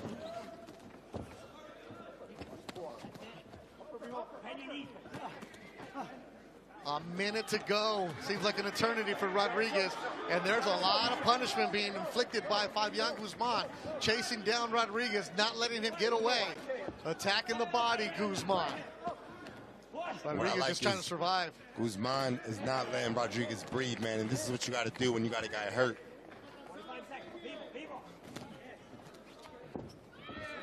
Drown him, right? Yeah, exactly. It's good pressure by Guzman.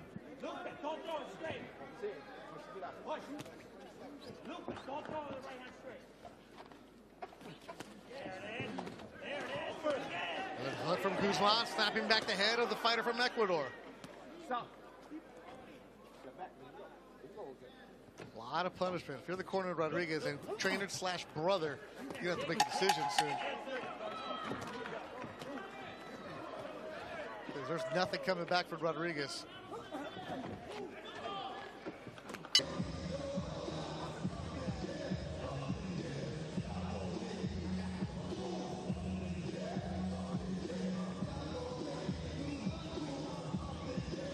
And if you would see the face of both fighters, you would think Guzman is down. Yeah, the way he's acting. No, the way, you know, his eyes swelled up. But right here, throwing good combinations, man. Nice overhand right. Landing clean. And Guzman just keeps applying pressure, throwing good combinations, different angles. That's what I like. He's throwing combinations with his smart punches. Nice slip back, counter right uppercut.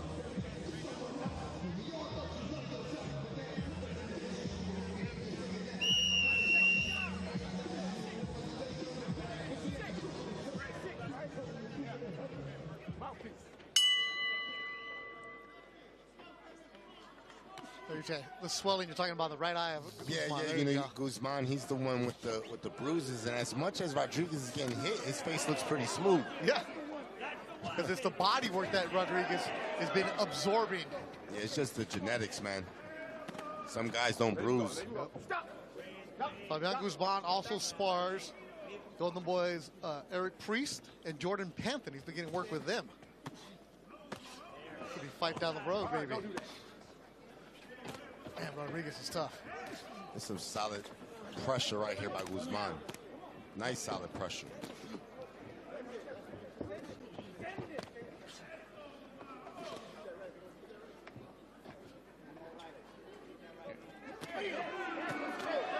Upstairs is Guzman. Big right hand. Gerard White, the referee, watching it closely. And he just said, you got to show him something. Rodriguez isn't absorbing a lot of punishment. He's not throwing anything back.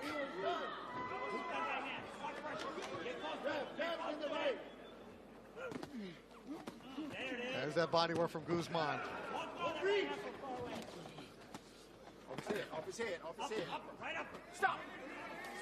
But Guzman lands a shot, and Rodriguez does just enough to keep him off and stay in this fight.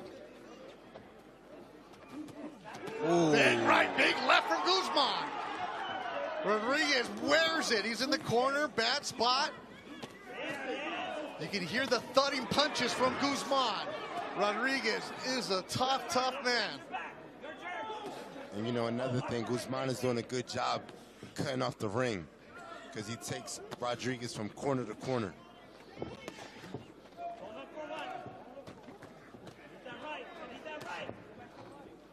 I think a big flurry for Guzman might end it, Gabe. Let him go. Stop. Look how low the hands are of Rodriguez. He's gassed. Let him go. A left uppercut is there for Guzman. Nice A left hook is there too. Yeah.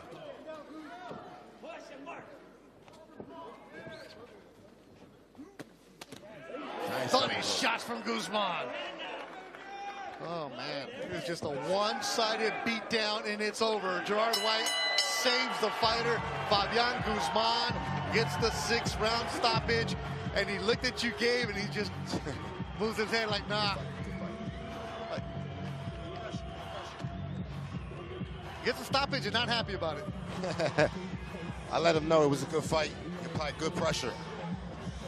Started off a little slow, but he picked up the pace and got the job done. You know, right here, just breaking his man down to the body. You know, Rodriguez was tough. And, you know, the referee just saw him taking too much punishment, taking too many big blows, stops in and caused the fight. 2:36 of the 6th round, and look, Jose Rodriguez, that is a tough man. Respect to him. He took a lot of punishment. Fabian Guzman gets win number 9, his 8th stoppage. Some swelling on the eyes. No jumping up and down, no excitement from him. I know he wanted to get the actual knockout. Yeah. But, you know, he got some rounds in. Yeah. And I think he picked up the pace. About the 3rd round and up, picked up the pace and looked really good.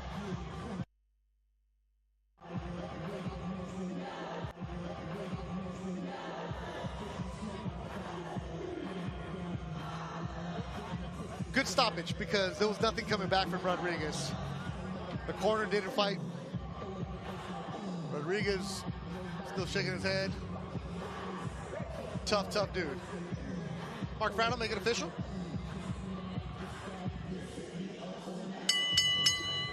Ladies and gentlemen, the official time comes 2 minutes and 36 seconds in round number 6.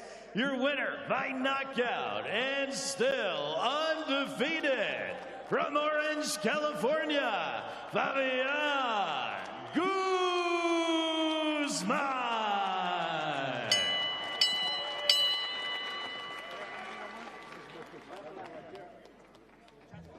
So Fabian Guzman, congratulations to him.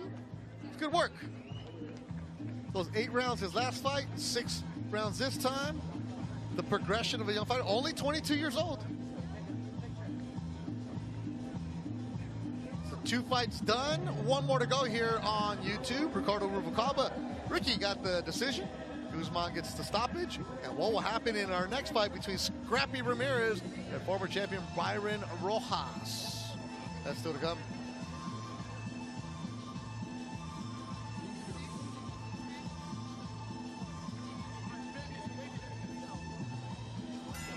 Look at some highlights from this fight. Yeah, you know, Guzman started a little bit slow.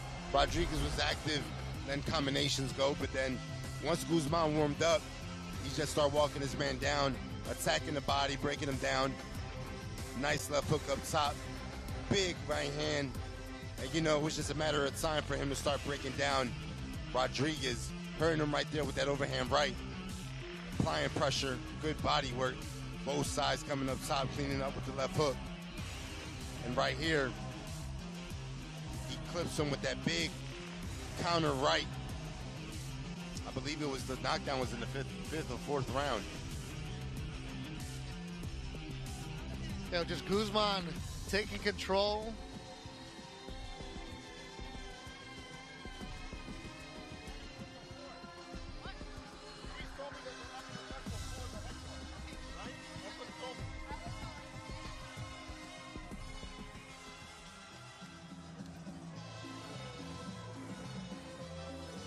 Crowd filling in nicely here at Acrisure Arena in Palm Desert.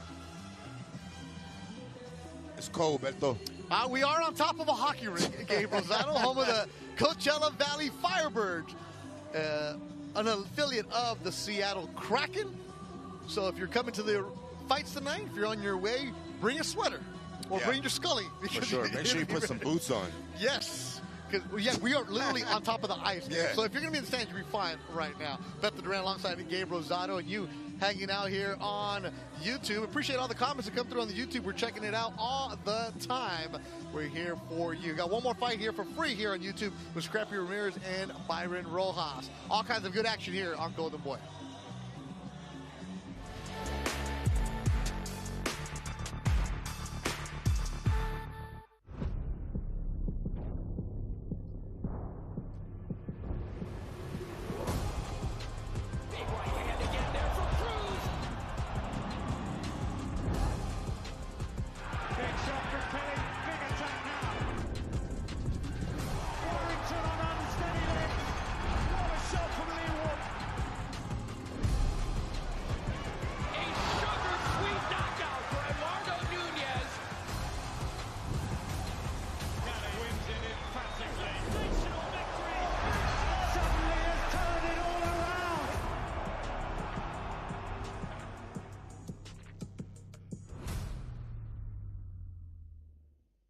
Stop holding me, Shakur.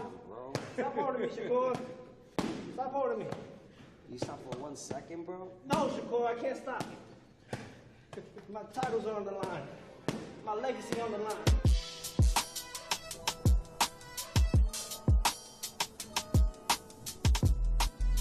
Grand Rising.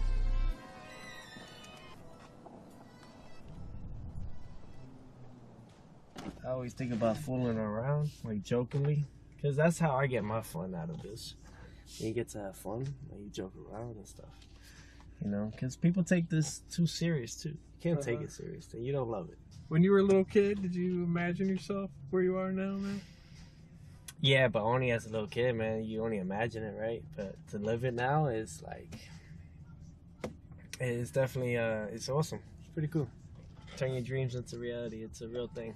You don't see no progression. You don't see no progress, so to speak, in the beginning. Out of nowhere, it's 1 year that just boom and then boom and back to back to back to back that hits everything, and you're like, so all that was to leave for this moment. Shakur got it coming, man. That guy got it coming. I'm telling you. You know, I joke around with the public. That's one thing, but man, he'll find out when we're in that ring. January 31st, you'll find out. Today is chest, triceps, a little bit of shadow boxing with some weights. Keep the ligaments and everything loose. A little bit of forearms to finish it off.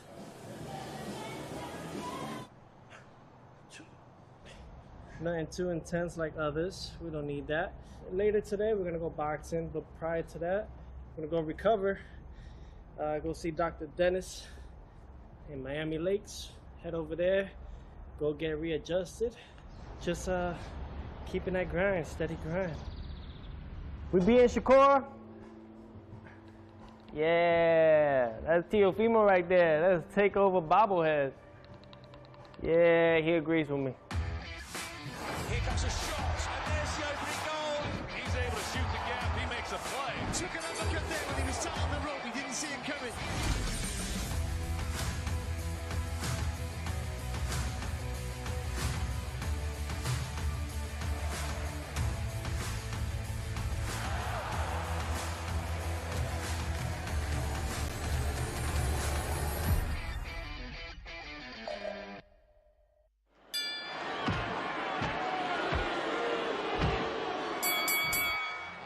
That should be a good one. Teofimo always bringing the action back inside Acrisure Arena. One more fight for you free here on the Golden Boy YouTube page. But the Rand, Gabe Rosado, Shakur and Teo. That's gonna be a good one.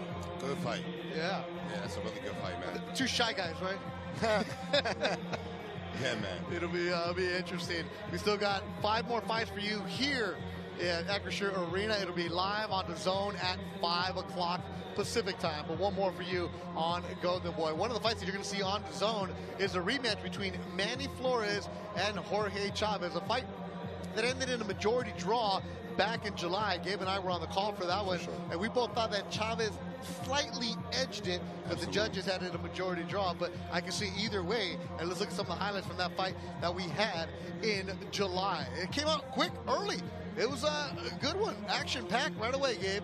Yeah, man, I think that Chavez started right away with the combinations, slipping counter, landing some good shots. He was making Manny miss. Nice shot right there. And just moving around, but right here, Flores kind of closed the gap a bit. And then when Chavez stood in the pocket is when Flores was able to land some good shots right there, doubling up with that right uppercut. I mean, with the left uppercut. Yeah, Manny Flores continues to say that Chavez was running. I haven't seen him running there. No. Yeah, man, it was some good movements. There was a lot of good lateral movement by Chavez. And, you know, the judges that night saw the draw. Yeah, they right away both said, let's run it back, get a big spot, get Acrisure, and that's where we're at tonight, home of the Coachella Valley Firebirds. Those are the teams that are in their conference, a minor league hockey team, an affiliate of the Seattle Kraken. So there is the banners hanging up and the crowd filling in. A Friday afternoon boxing for you here, brought to you by Golden Boy Promotions. And when you see Chavez and Flores, that could be a main event anywhere else. But I think, Gabe, you said it from the get-go, that's going to be the one that's going to steal the show tonight. For sure. Definitely, man. Those guys got bad blood.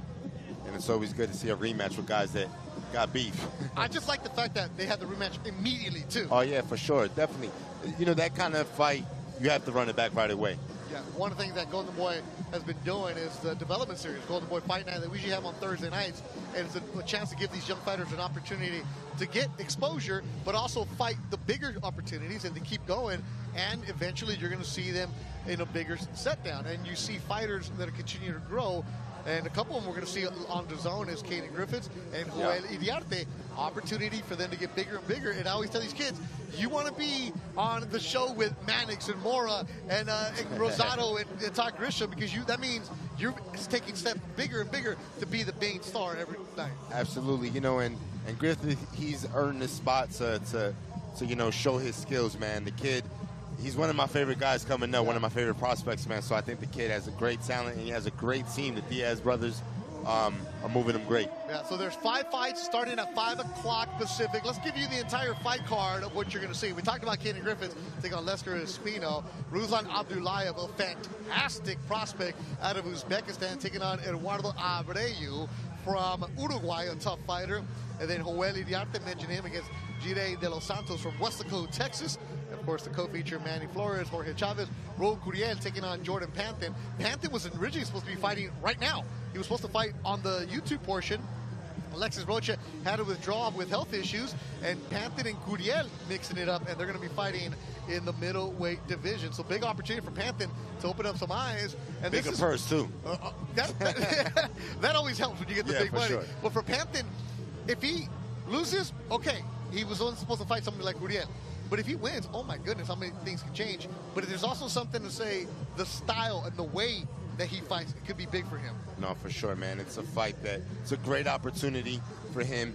More money, because now he's the main event. Yeah. Yeah, so, you know, and look, man, he's a guy that he can give Curiel problems because he's the bigger guy.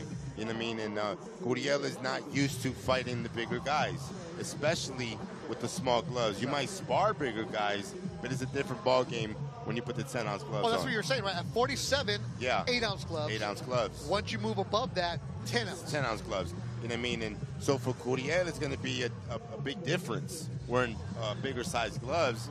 But, you know, Jordan, he's used to that. Yep. He's the bigger man. Yeah, that'll happen later on tonight. Golden Boy going to be really busy. February 21st, T-Mobile Arena in Las Vegas. It's Ryan Garcia taking on Barrios, and that press conference is going to be open to the public next Thursday at the Avalon Theater in Hollywood, California. So if you're in the area, you want to go check it out. The press conference is open to the public. Make sure you follow the Golden Boy social media accounts for all the information what's going on. And there's also talks about Zurdo maybe fighting Benavidez. So it's a busy year for Golden Boy, and that's what you want to have. You just want to see the fights, man. Oh, definitely, man. That's a big fight if it goes down. Oh, yeah? Yeah, for sure. Benavidez, of course, is always a name that's out there. And with Zurdo moving up to the cruiserweight division, Benavidez is going to be very, very interesting as well. Of course, DAZN has action-packed shows all year long. That's why you need the DAZN subscription to get all of the shows. So this is going to be interesting. Scrappy Ramirez taking on former champion Byron Rojas in the fight that we got coming up. it's not an easy fight for Scrappy. No, for sure, man. But, you know, Scrappy, this is the kind of spotlight he wants. You know, he's a charismatic guy, and he got skills, man. He can fight. So, you know, this is a chance for him to redeem himself and look really good. Yeah, I'm looking at the other side of the ring right now. There's a special belt being made. I got to bring this up. Yeah. I was looking at that, for too. The Chavez-Flores fight, the California Athletic Commission has created a new belt. It's the California State Championship. Oh, cool. And it's only eligible if you are a resident of California and you're in the rankings and your division. So you have to be from the California area, and you have to be in the rankings. And Chavez and Flores are two of the higher ranked fighters from California. Oh. So it's the inaugural California State Championship that Andy Foster has decided to come up with. It's a unique twist. It's a nice looking belt. Yeah, it's a unique twist. It's different. Does Philly have something? Imagine a Philly belt. Yeah. We Pennsylvania State title. Okay. Yeah, of course, Pennsylvania. I'm sorry. Yeah. The Philly belt is one of the streets, but the Pennsylvania State title. Yeah, because you take a lot of pride of where you're from. Yeah, for sure. So that's another thing right there. So that's something to look forward to later on. Andy Foster, the commissioner of the California boxing, bringing that up there. So that'll be something to check it out. So again, 5 o'clock live on DAZN, and you'll be able to see 5 fights. We got one more for you here on the YouTube portion. So make sure you check it out. And thanks to everybody hanging out with us in the YouTube portion. I see everybody watching us from all over. Cool to see. Chris says a new belt, just what we need. It's not it's more of a ceremonial belt, Chris. It's not a sanctioning belt. Yeah, it's not a sanctioning belt. It's more of a ceremonial belt. Let's look at the tail of the tape for our next fight in the... This is going to be in, where's Scrappy at? Bantamweight. The Bantamweight division. There we go. 115-pound is Scrappy, and he has the reach advantage, and he's also got the height advantage, and he's the younger fighter at 29 years old. All right, Mark Frano, bring him out. All right, fight fans, please welcome next as he makes his way to the blue corner from Matagalpa, Nicaragua, Byron El Gallito Rojas.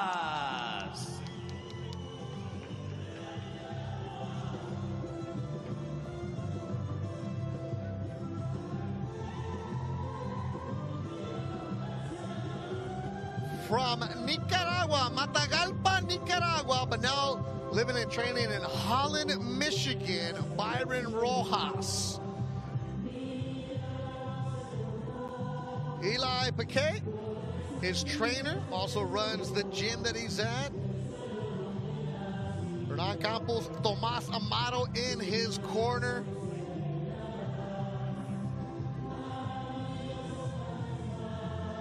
This man took up boxing when he was getting bullied as a teenager.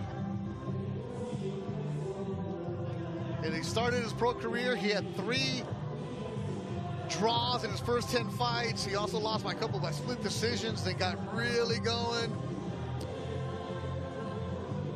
He won the WBA and IBO minimum weight title at 105 pounds.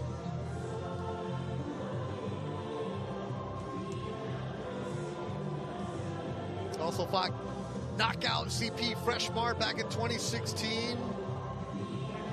And Freshmart won.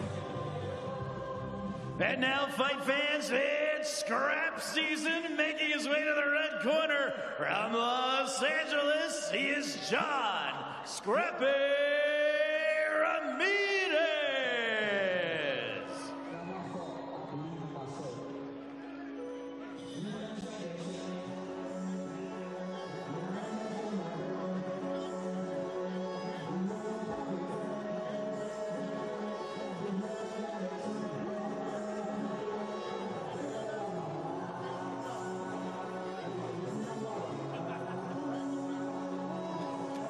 Scrap season. John is his given name. Nobody calls him that. It's Scrappy is what he goes by. Scrappy Ramirez.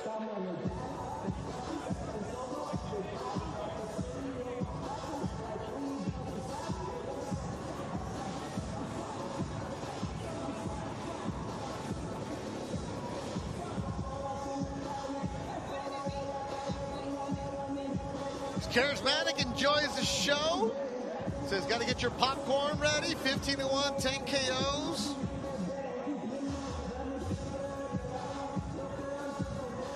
From South Central Los Angeles, now training at Brick House Boxing in Southern California with Julian Chua and Chris Wong. Also the same gym where Malik Scott is at, where Sudo Ramirez is at.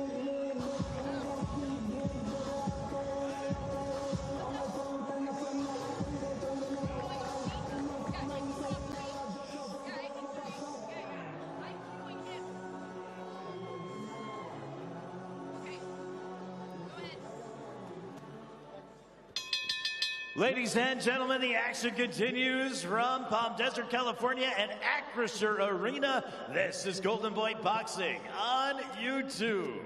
This contest scheduled for 10 rounds in the super flyweight division. Brought to you by Oscar de la Hoya's Golden Boy Promotions and presented by BetOnline. Odds for tonight's fights are brought to you by BetOnline.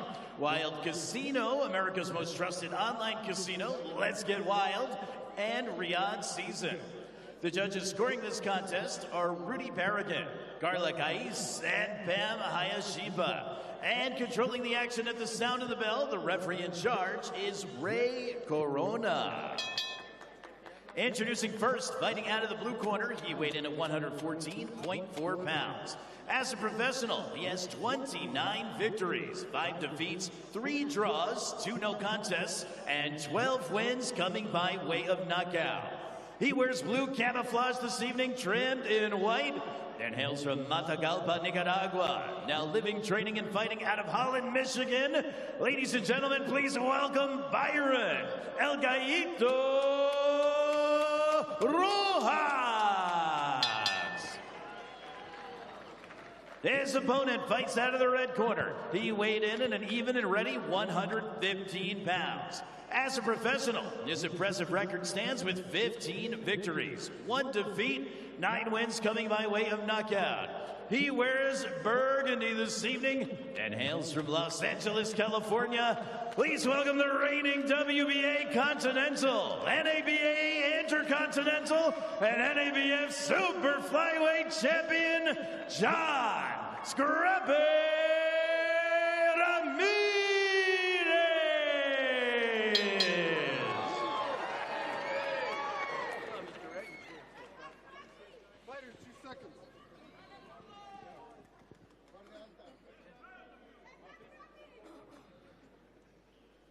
Good.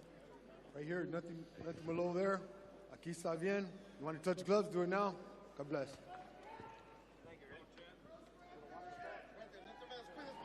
All right, we get ready to go. Interesting fight here in the bantamweight division. Scrappy Ramirez trying to move on up in the rankings. Suffered a setback. He's going up against a former champion who's been around the block.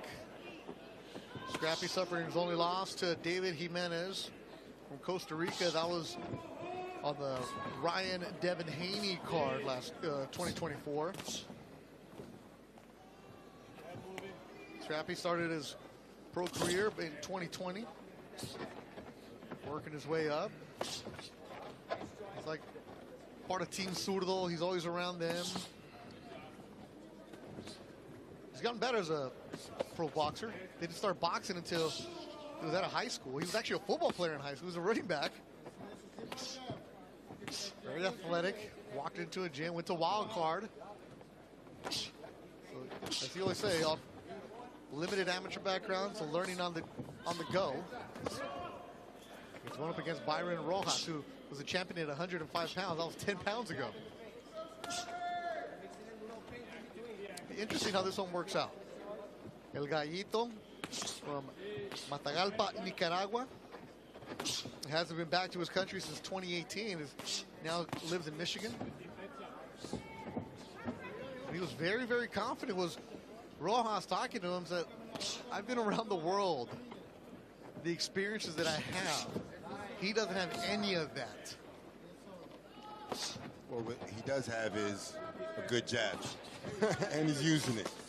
And Scrappy's using the ring, popping that jab up and down, looking sharp. And I think this is what Rojas is going to have to do, is kind of like smother Scrappy, push him, have his back against the rope, and make it a rugged fight.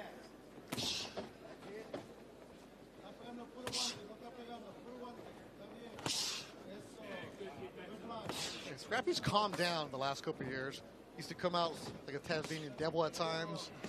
And boxing. Good shot landed by Rojas in the blue. That's the thing about, you know, the fighter that we know, Oscar Collazo, the champion, 105, the Pupilo. Right? These guys are so small, but they're so fast.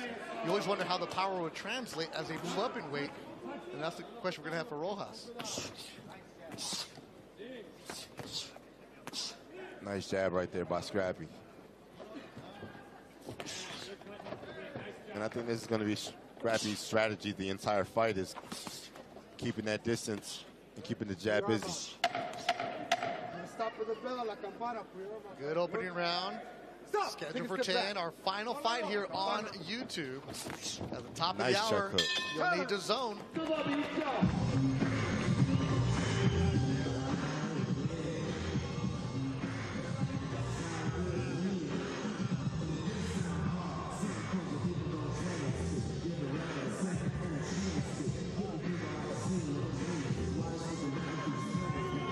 Right here, Scrappy just working nice defense. Right here is not where Scrappy wants to be with his back against the rope. You know, he'll give Rojas an opportunity to just stay active, throw combinations, but Scrappy did a good thing, keeping his distance, popping that jab.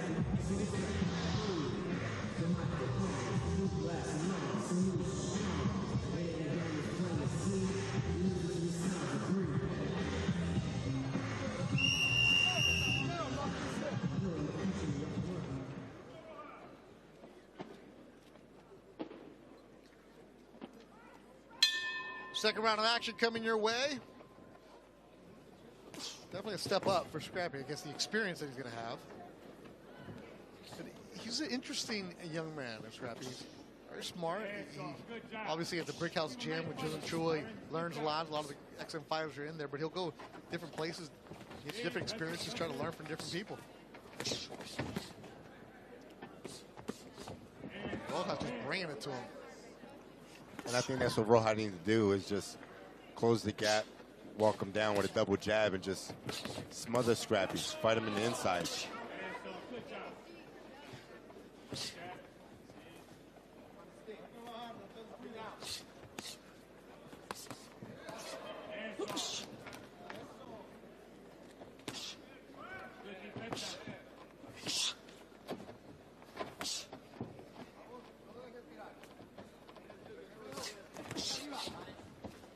I was looking at the odds for this fight, and one of the sites that I saw had Scrappy a huge favorite. Minus 1,100 means you bet $1,100. I mean, you bet 100, you get 1,100. Like, that's how much of a favorite he is. You know, for bantamweight, the punch output is really low. Yeah. And, you know, Rojas, if he wants to be effective, he needs to let his hands go. You know, this is Scrappy's kind of fight. You know, if you allow Scrappy to pick and choose shots, but Rojas needs to be active. Work out of there, guys.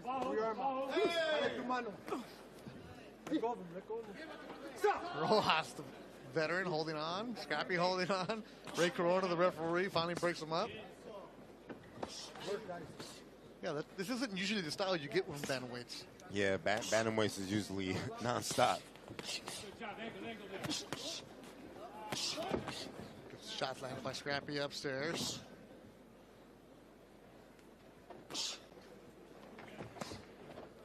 Especially you look at a fighter like Dan Rodriguez or Inoue or Nakatani. You see all the action that comes from them. More like this that Ramirez is throwing. Get off his head.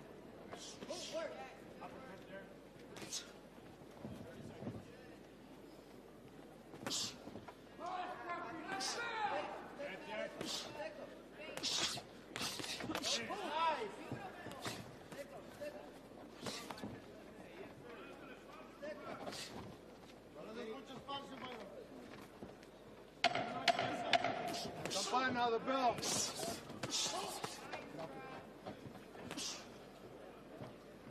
Hey, let me correct myself. The junior bantamweight at 115 pounds. Bantamweight being 118, so let me correct myself on that. Yeah. Or super flyweight. You go super fly, junior bantam, regardless, they weigh 115. Got to correct myself on that one. Right here, Rojas was trying to apply pressure. You know, Scrappy did a good job exiting that attack. Rojas landed some nice little shots right here, but for the most part, I think Scrappy just controlled the pace with boxing.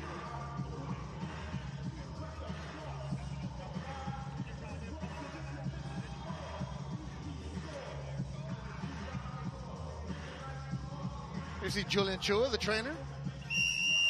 Actually a young trainer.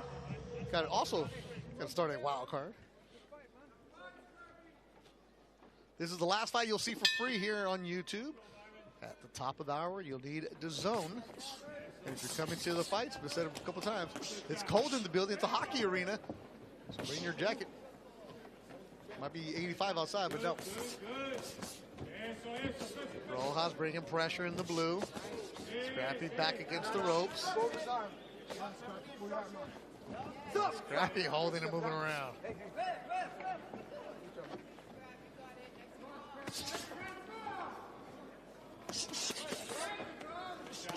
I'm just going to stand toe-to-toe, it looks like.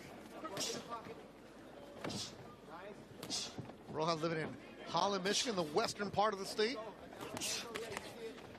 Come on, work, guys. Come on. We arms up. The goal, Scrappy, I can see it on this side. Former world champion. I was like, so what else do you do up there? He's like, well, I'm working at that. I work construction, drywall. That's what he's doing up there in Michigan, training. They're just trying to get an opportunity for something else. So tonight with a win over Scrappy, could definitely get him back in the mix, he says.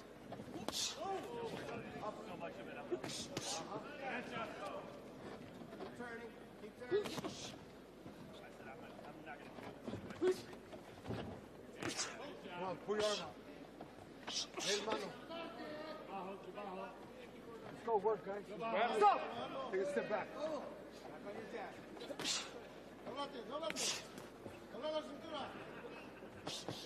Scrappy's only loss, mentioned it came to Medallita, the Costa Rican, David Jimenez.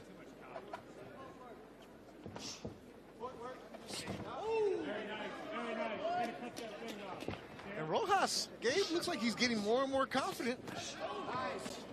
Yeah, he's applying more the pressure. overhand right. No, Scrappy got good. Scrappy does have good movement and a nice jab. I just think Come on, pull your arm out. a little more combinations he should throw. Take a step back. Cuidado con la cabeza. Come on, guys, work. Stop! Yeah, Ray Corona's like, tell him, come on, work. Third man in the ring. Good counter from Scrappy. No. Stop. Yeah, this isn't what exactly I expected. A lot of holding, a lot of clinching. Good job.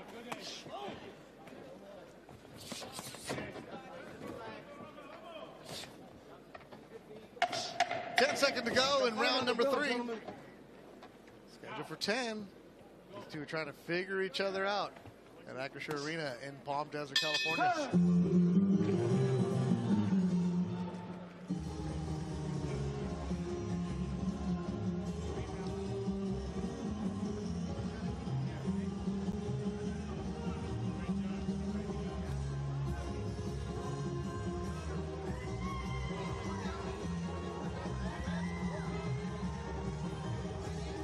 Right here, Scrappy landed some good combinations. Nice quick pop shots. Just scoring points. You know, Scrappy's not really throwing big power shots yet. Everything is just point shots.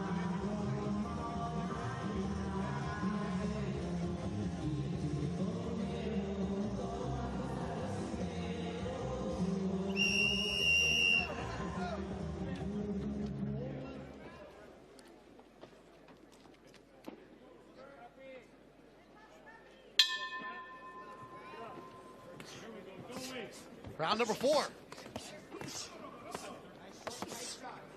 Back and forth between the two fighters that stand in the middle of the ring. Ramirez in the black and red. Rojas in the blue and white from Nicaragua. Said he sparred a couple times with Chocolatito when he was in Nicaragua. Chocolatito would actually do his camps not too far from where we're at right now when he would come out to Coachella with Marcos Caballero. Also really good friends with the Alvarado twins, Rene and Felix Alvarado. Give them a lot of support for each other.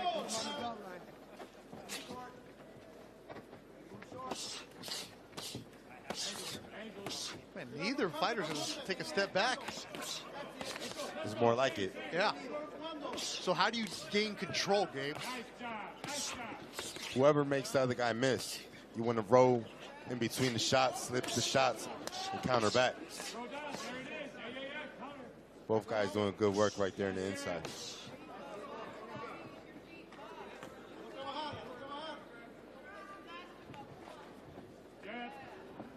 Yeah, for Gaito, into the fights with CP Freshmart. Under his belt, the experience of fighting in Thailand. But he is 35 years old, where for a minimum weight fighter, fighters at this weight class, usually don't see them in the 30s. Yeah, the smaller guys. They wear out quick. Yeah, they do. Heavyweights, you know, start late in the 30s if you want. Yeah, for sure. Heavyweights prime in their 30s. Yeah. And usually the minimum weight guys or the flyweight guys, by the time they're 30, they're retired.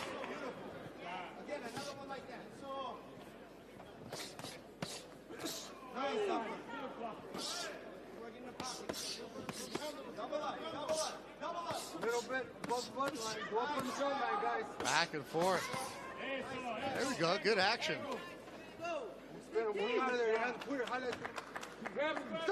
Stop. Hey. Escúchame, huh? Right, come on, man. Do it again.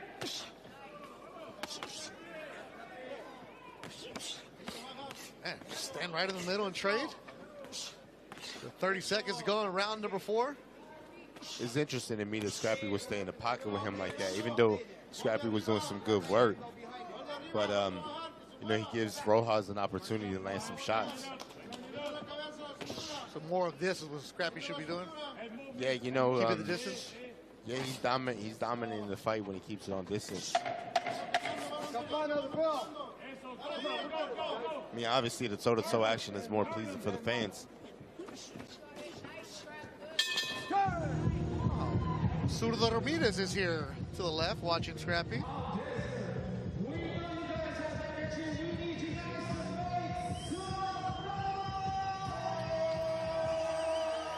And across the way, I see Darius Fulgham. Yeah. Yeah. Might have been a topic or two.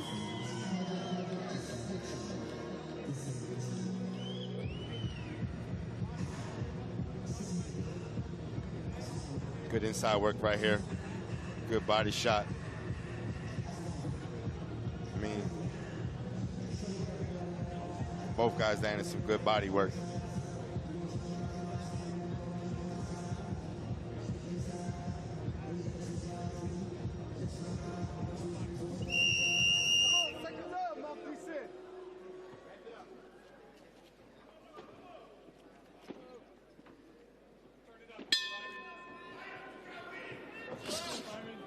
Round number 5, scheduled for 10.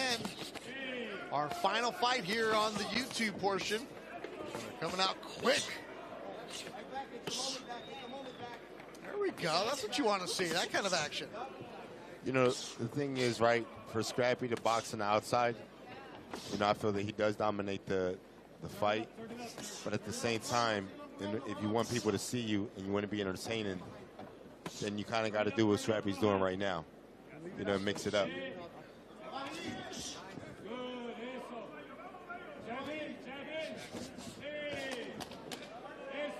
know, the people want to see power. They want to see shots. In the smaller weights, you don't see it. That's why Oscar Callazo is so much fun to watch, because he knocks the people out. Yeah.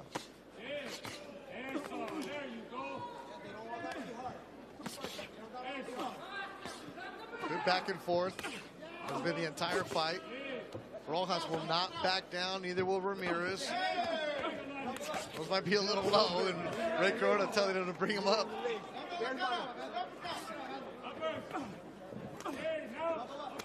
The corner of Rojas telling him there's an uppercut available for you.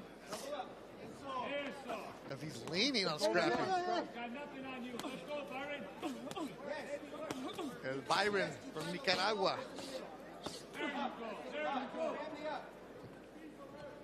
Come on, work out of there, guys. Let go of the strap. Stop! Stop! Take a step back. Los dos. Derecho, Lolo. Recta. Dura el cuerpo. Dura el cuerpo. Come on, work, man. No te agarres. Yeah, the clinching is what's like affecting this. I don't like that.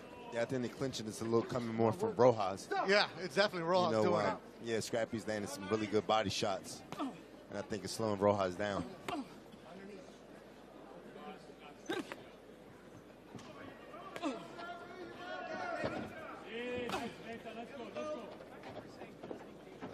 Scrappy looks like he's really comfortable now. You're right, Gabe. That moving around from Scrappy is better for him, beneficial. For sure. But at the same time, he is doing good work in the inside. Yeah. Body shot from Rojas, a good one. Yeah, I think we're going 10 in this one. Yeah, you know, it doesn't seem like either guy can hurt each other. And they know it, so they're just going to stand there. Campana of the bell, gentlemen.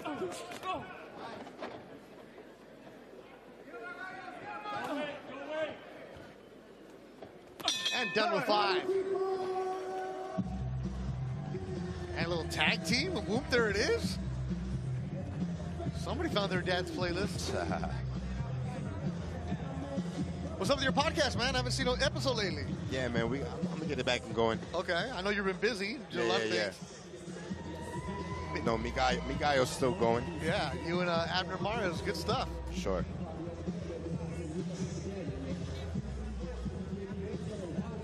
Good, nice combination right there to the body by Scrappy. And then good movement. Stepping out, throwing shots, getting out the way.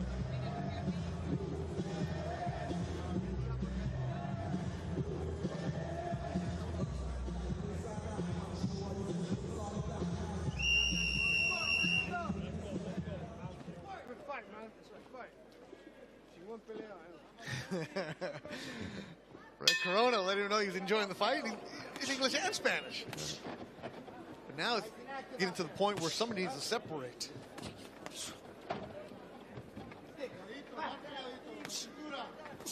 Because each round looks the same, Gabe. Yeah. Like I said, the last couple, Scrappy's been giving you the different wrinkles being on the outside.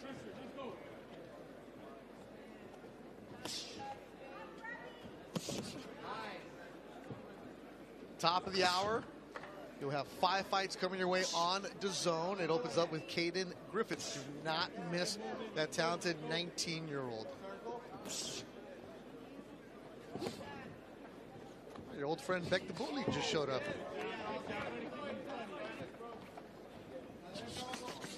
Seems like everywhere you go, Gabe, there's a fighter that you've had, huh? Just part of being a veteran? Yeah, man.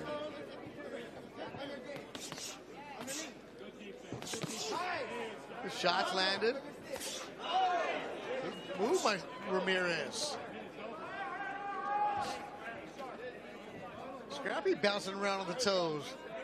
Feeling pretty good about himself here in the 6th round.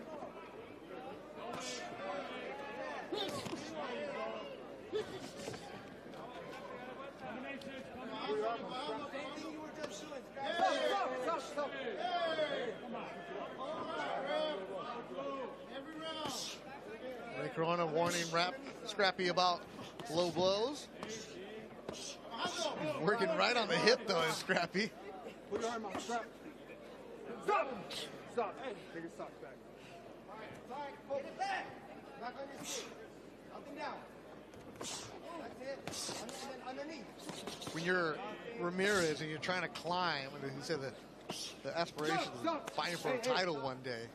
you know, there's levels to it. You got to get past the guys like Rojas, who is very, very tough. He's very, very crafty.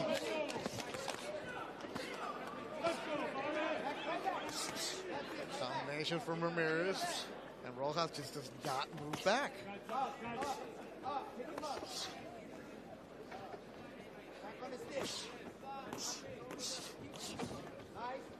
Work, guys. You go. Hey, mano. You go. Stop! Rojas just been clenching the entire time. Yeah. Yeah, he can't figure Scrappy out. No. He's getting frustrated. He does it on the side where the referee can't see. Stop! Come on, guys. Just hold me. Wait. Thanks, Ray. Let them know they're holding. Campana. Final seconds of round number 6. More of the same from Scrappy Ramirez and Byron Rojas, the former champ.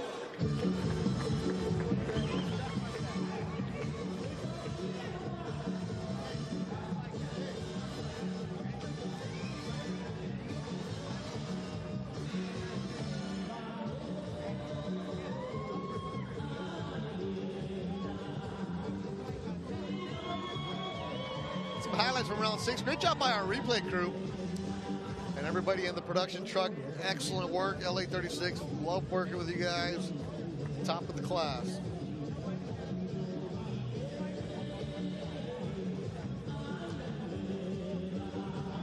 I feel like the bantamweight should fight with 6-ounce gloves. Might as well just throw the bare knuckle while you're at it. I mean, it makes sense if you think about it, right? Think about it. So go 6. You know, you got 8-ounce gloves, but then once it reaches the 54-pound division, it becomes 10-ounce gloves. Okay. You want to see more knockouts in the lower weight classes, you take it down to 6 ounces. You know, Andy Foster, the California commissioner, is here, so if you want to go talk to Andy about that. You know, there's probably a manufacturer right now. All right, Gabe, let me, Because at the end of the day, you can still have more padding on the knuckle. You know, you just could take less padding off the wrist. Take it off the rack. You just want to see a knockout, don't you? This is why a fighter like Bam Rodriguez and what he does, is just appreciate it even more, the way he cleans it up. And a Collazo. Yeah, at 105. 105. Well, for him, 104. He never gets to 105. Yeah. Puerto Rican champion, El Pupilo.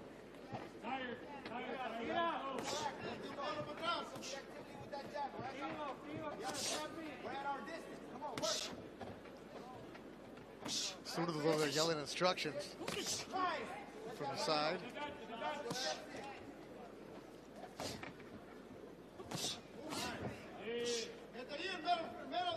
Scrappy's looking good. No, he looks sharp. Especially the last couple rounds, starting to pull away. It's like once he got away from standing in the middle, and like you said, Gabe, he had the outside be more elusive. It's worked for him.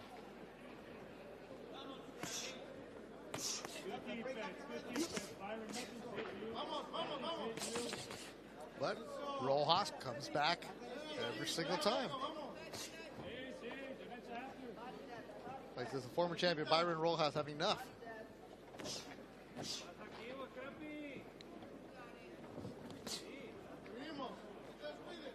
Maybe we should get Suda to come over here.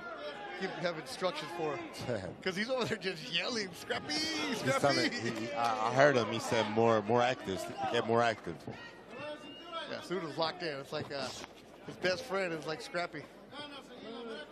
Which is the weirdest thing, because Suda, as big as he is, Scrappy is like a foot difference with them. It's like Twin. Yeah, like the movie Twins, right? With Danny DeVito and Schwarzenegger. That's exactly it. It is a good shot from Scrappy. That's a good thought from Ramirez.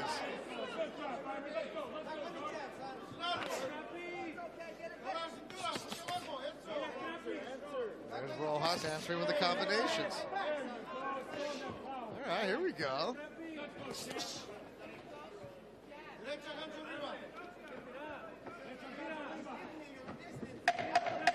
Campana, the bell, gentlemen.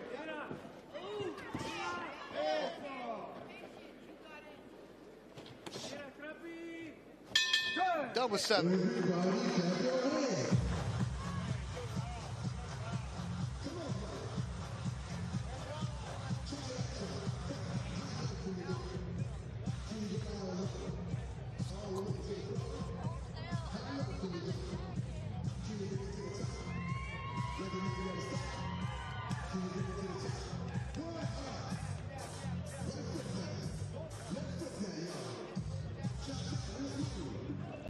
Right here, Scrappy. Applying pressure, knowing how to create distance, short right uppercut. Nice, clean boxing match. Sharpie looking sharp. Scrappy. Scrappy. Scrappy's looking sharp.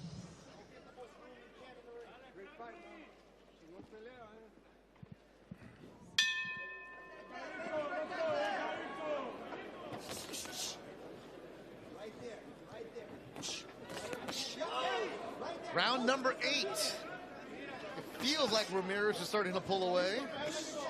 But still been tight action.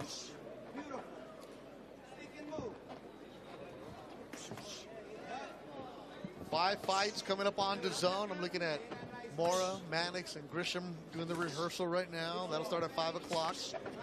Caden Griffiths.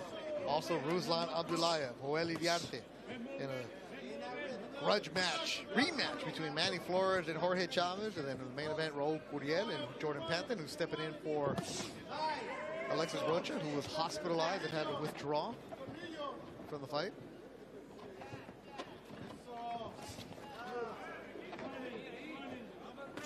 Scrappy feels like he's in control right now. Yeah, he is. He's sharp. Staying consistent. Nice jab. Good body work. And Rojas is just not letting his hands go. You gotta stay. You gotta be active. He's gonna have to do some of that if he wants to make it difficult for the judges. In the corner of Rojas saying that Scrappy's tired. I don't see it.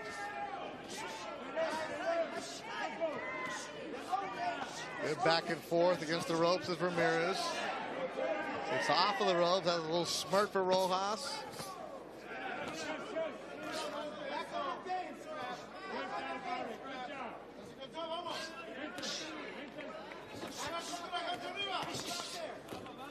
Upstairs going Scrappy.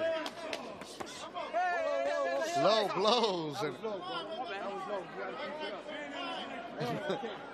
low blow and right away, Rojas. Hey! Been warned about that. Less than a minute to go in round number 8. Take a step back. Back on your game. Back on your game. Turn it up. Turn it up. It's a good game plan for Scrappy Ramirez. Come on, pull your arm out. Scrap. There, mano. Stop.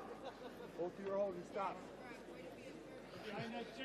A lot of Ray Corona tonight, which he doesn't like. You just want to be the referee to stand in the back and not get involved too much. Good back and forth in the center of the ring between Rojas and Ramirez. Scrappy going upstairs, lands an uppercut. Another shot, a hook from Ramirez. Very nice close to the round for Scrappy Ramirez against the former champion Rojas. There we go. That's what we wanted to see. Good work right there by Scrappy.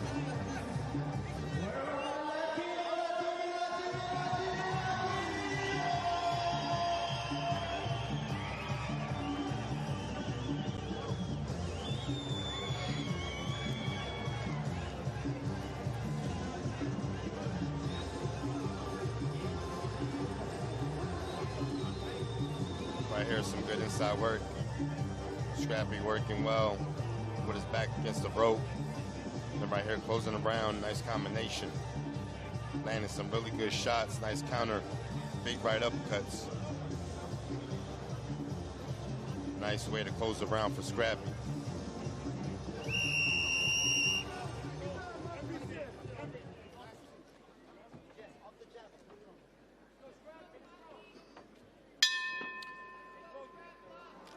Round number 9, 2 more to go in our final fight here on YouTube. Scrappy Ramirez in the red with a record of 15-1, 9 stoppages. Byron Rojas from Matagalpa, Nicaragua, 29-5-3, 12 stoppages.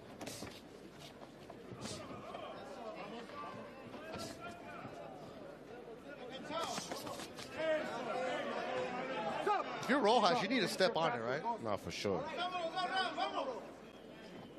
But the thing is that he's coming in straight in. You know, you got to fight Scrappy off angles. You know, everything straightforward, so Scrappy sees everything coming.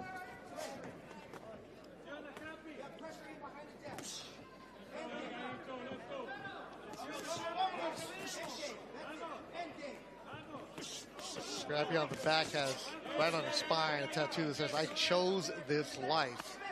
So once he dedicated himself to boxing, he was going to do everything he could. Just go after it.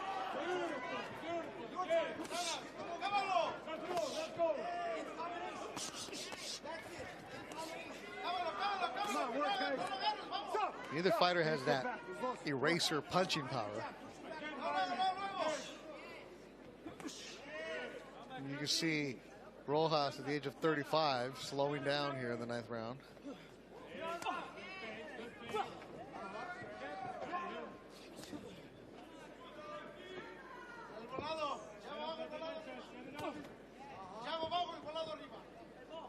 It looks like Ramirez is controlling the fight. We're now trying to stay elusive. And the corner of Rojas. The corner of Rojas trying to use some... yeah. Well, the corner of Rojas also think they've won every round. Yeah. You know, sometimes the way the corner yells and things they say, they try to do it to influence the judges. You know, because obviously the judges are right there. They can hear them. Carla Caiz, Pam Hayashida, and Rudy Barragan, the judges for tonight.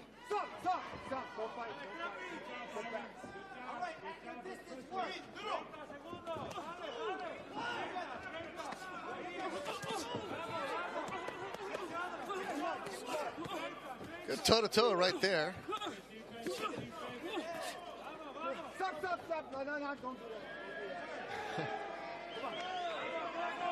Rojas in blue, the former champ at 105 pounds. Starting to show some wear. Yeah, he's holding on, too. Yeah. Scrappy landed some good body shots and hurt him.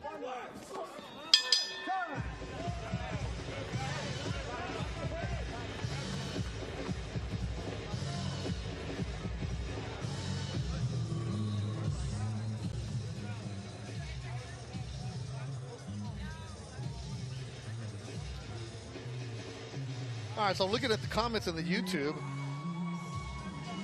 somebody asked, well, who do you think is winning? And a couple people have Rojas winning quick by 1.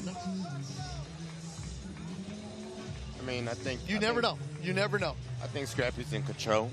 Yep. You know, he's... I don't... It's not really a round that I gave to Rojas, I believe. So, look, man, it just all depends on what you like, but I think Scrappy's been boxing... controlling the inside when he wants and controlling the outside when he wants.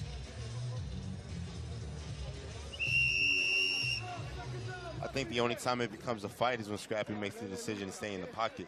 So let's see what kind of approach Rojas is going to bring out in the 10th and final round. At 115 pounds. Interesting what Julian Chua gave Ramirez what kind of instructions. Oh, now Scrappy's now he's telling Rojas that you're ahead.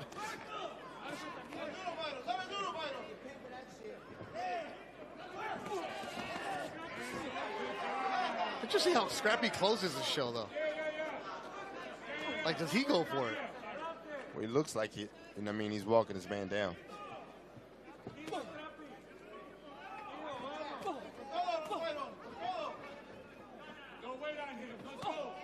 If you're Rojas, you cannot wait. Like his corner's telling him, don't wait. You got to get after it. One thing you got to give Scrappy props for is he's in great shape. Oh, absolutely. I mean, the work that he does running Griffith Park, running the hills, the trails. Uber competitive, does not mess around. How old is Scrappy? 29. 29. Boxing at the age of 20 is when he started. Grew up in a rough area of South Central Los Angeles.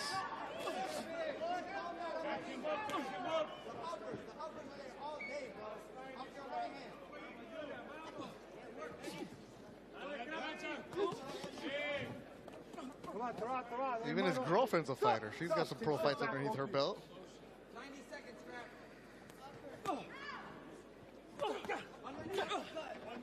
I was expecting Rojas to come out and just throw everything in this round. He's trying. Scrappy's just, you know, real slick, real smooth. It's hard to hit. And he has good defense.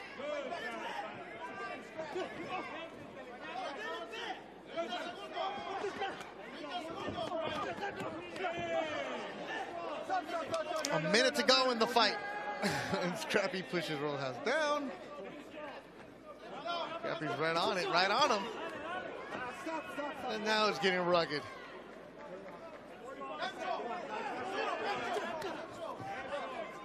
Now this looks like it should be Scrappy's fight tonight.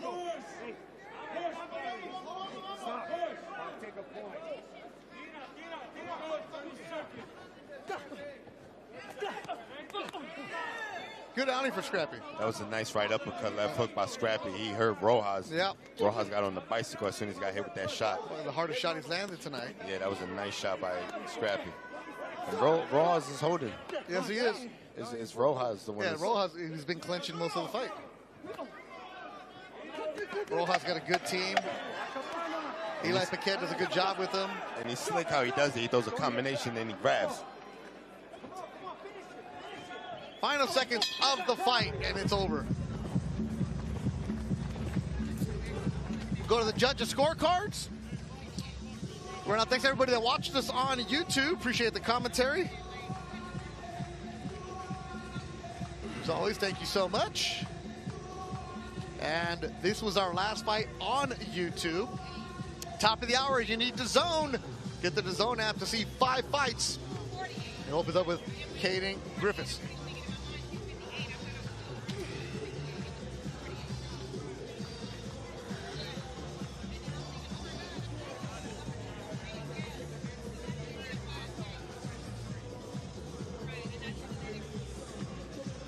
All right, so look at the scorecards quick. Mark Frado will give us what the judges had to say.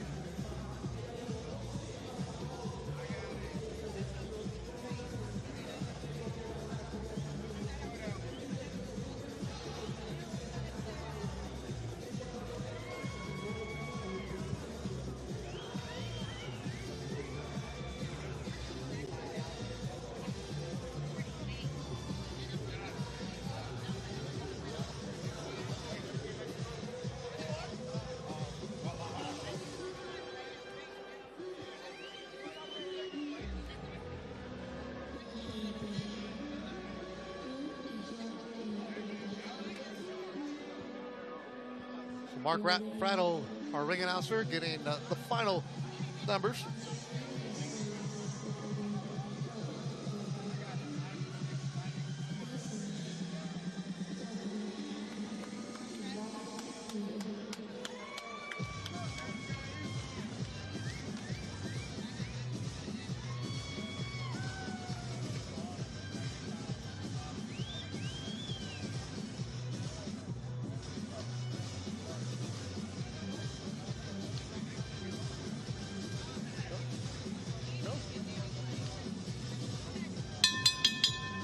Ladies and gentlemen, here in Palm Desert, let's get a big round of applause for these two super flyweights going all 10 rounds here in the center of the ring.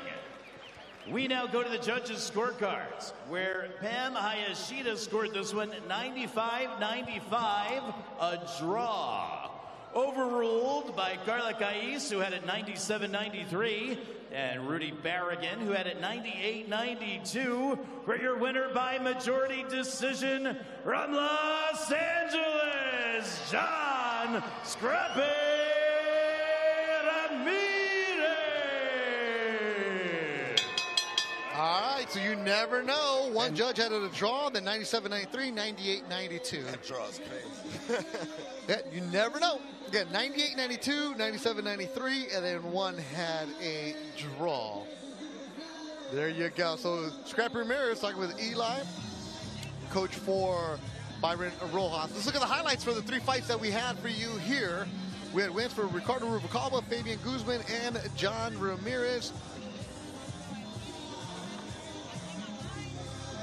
All right, here we go. Highlights from this fight. Great job by our crew finding the highlights from this 10-round battle.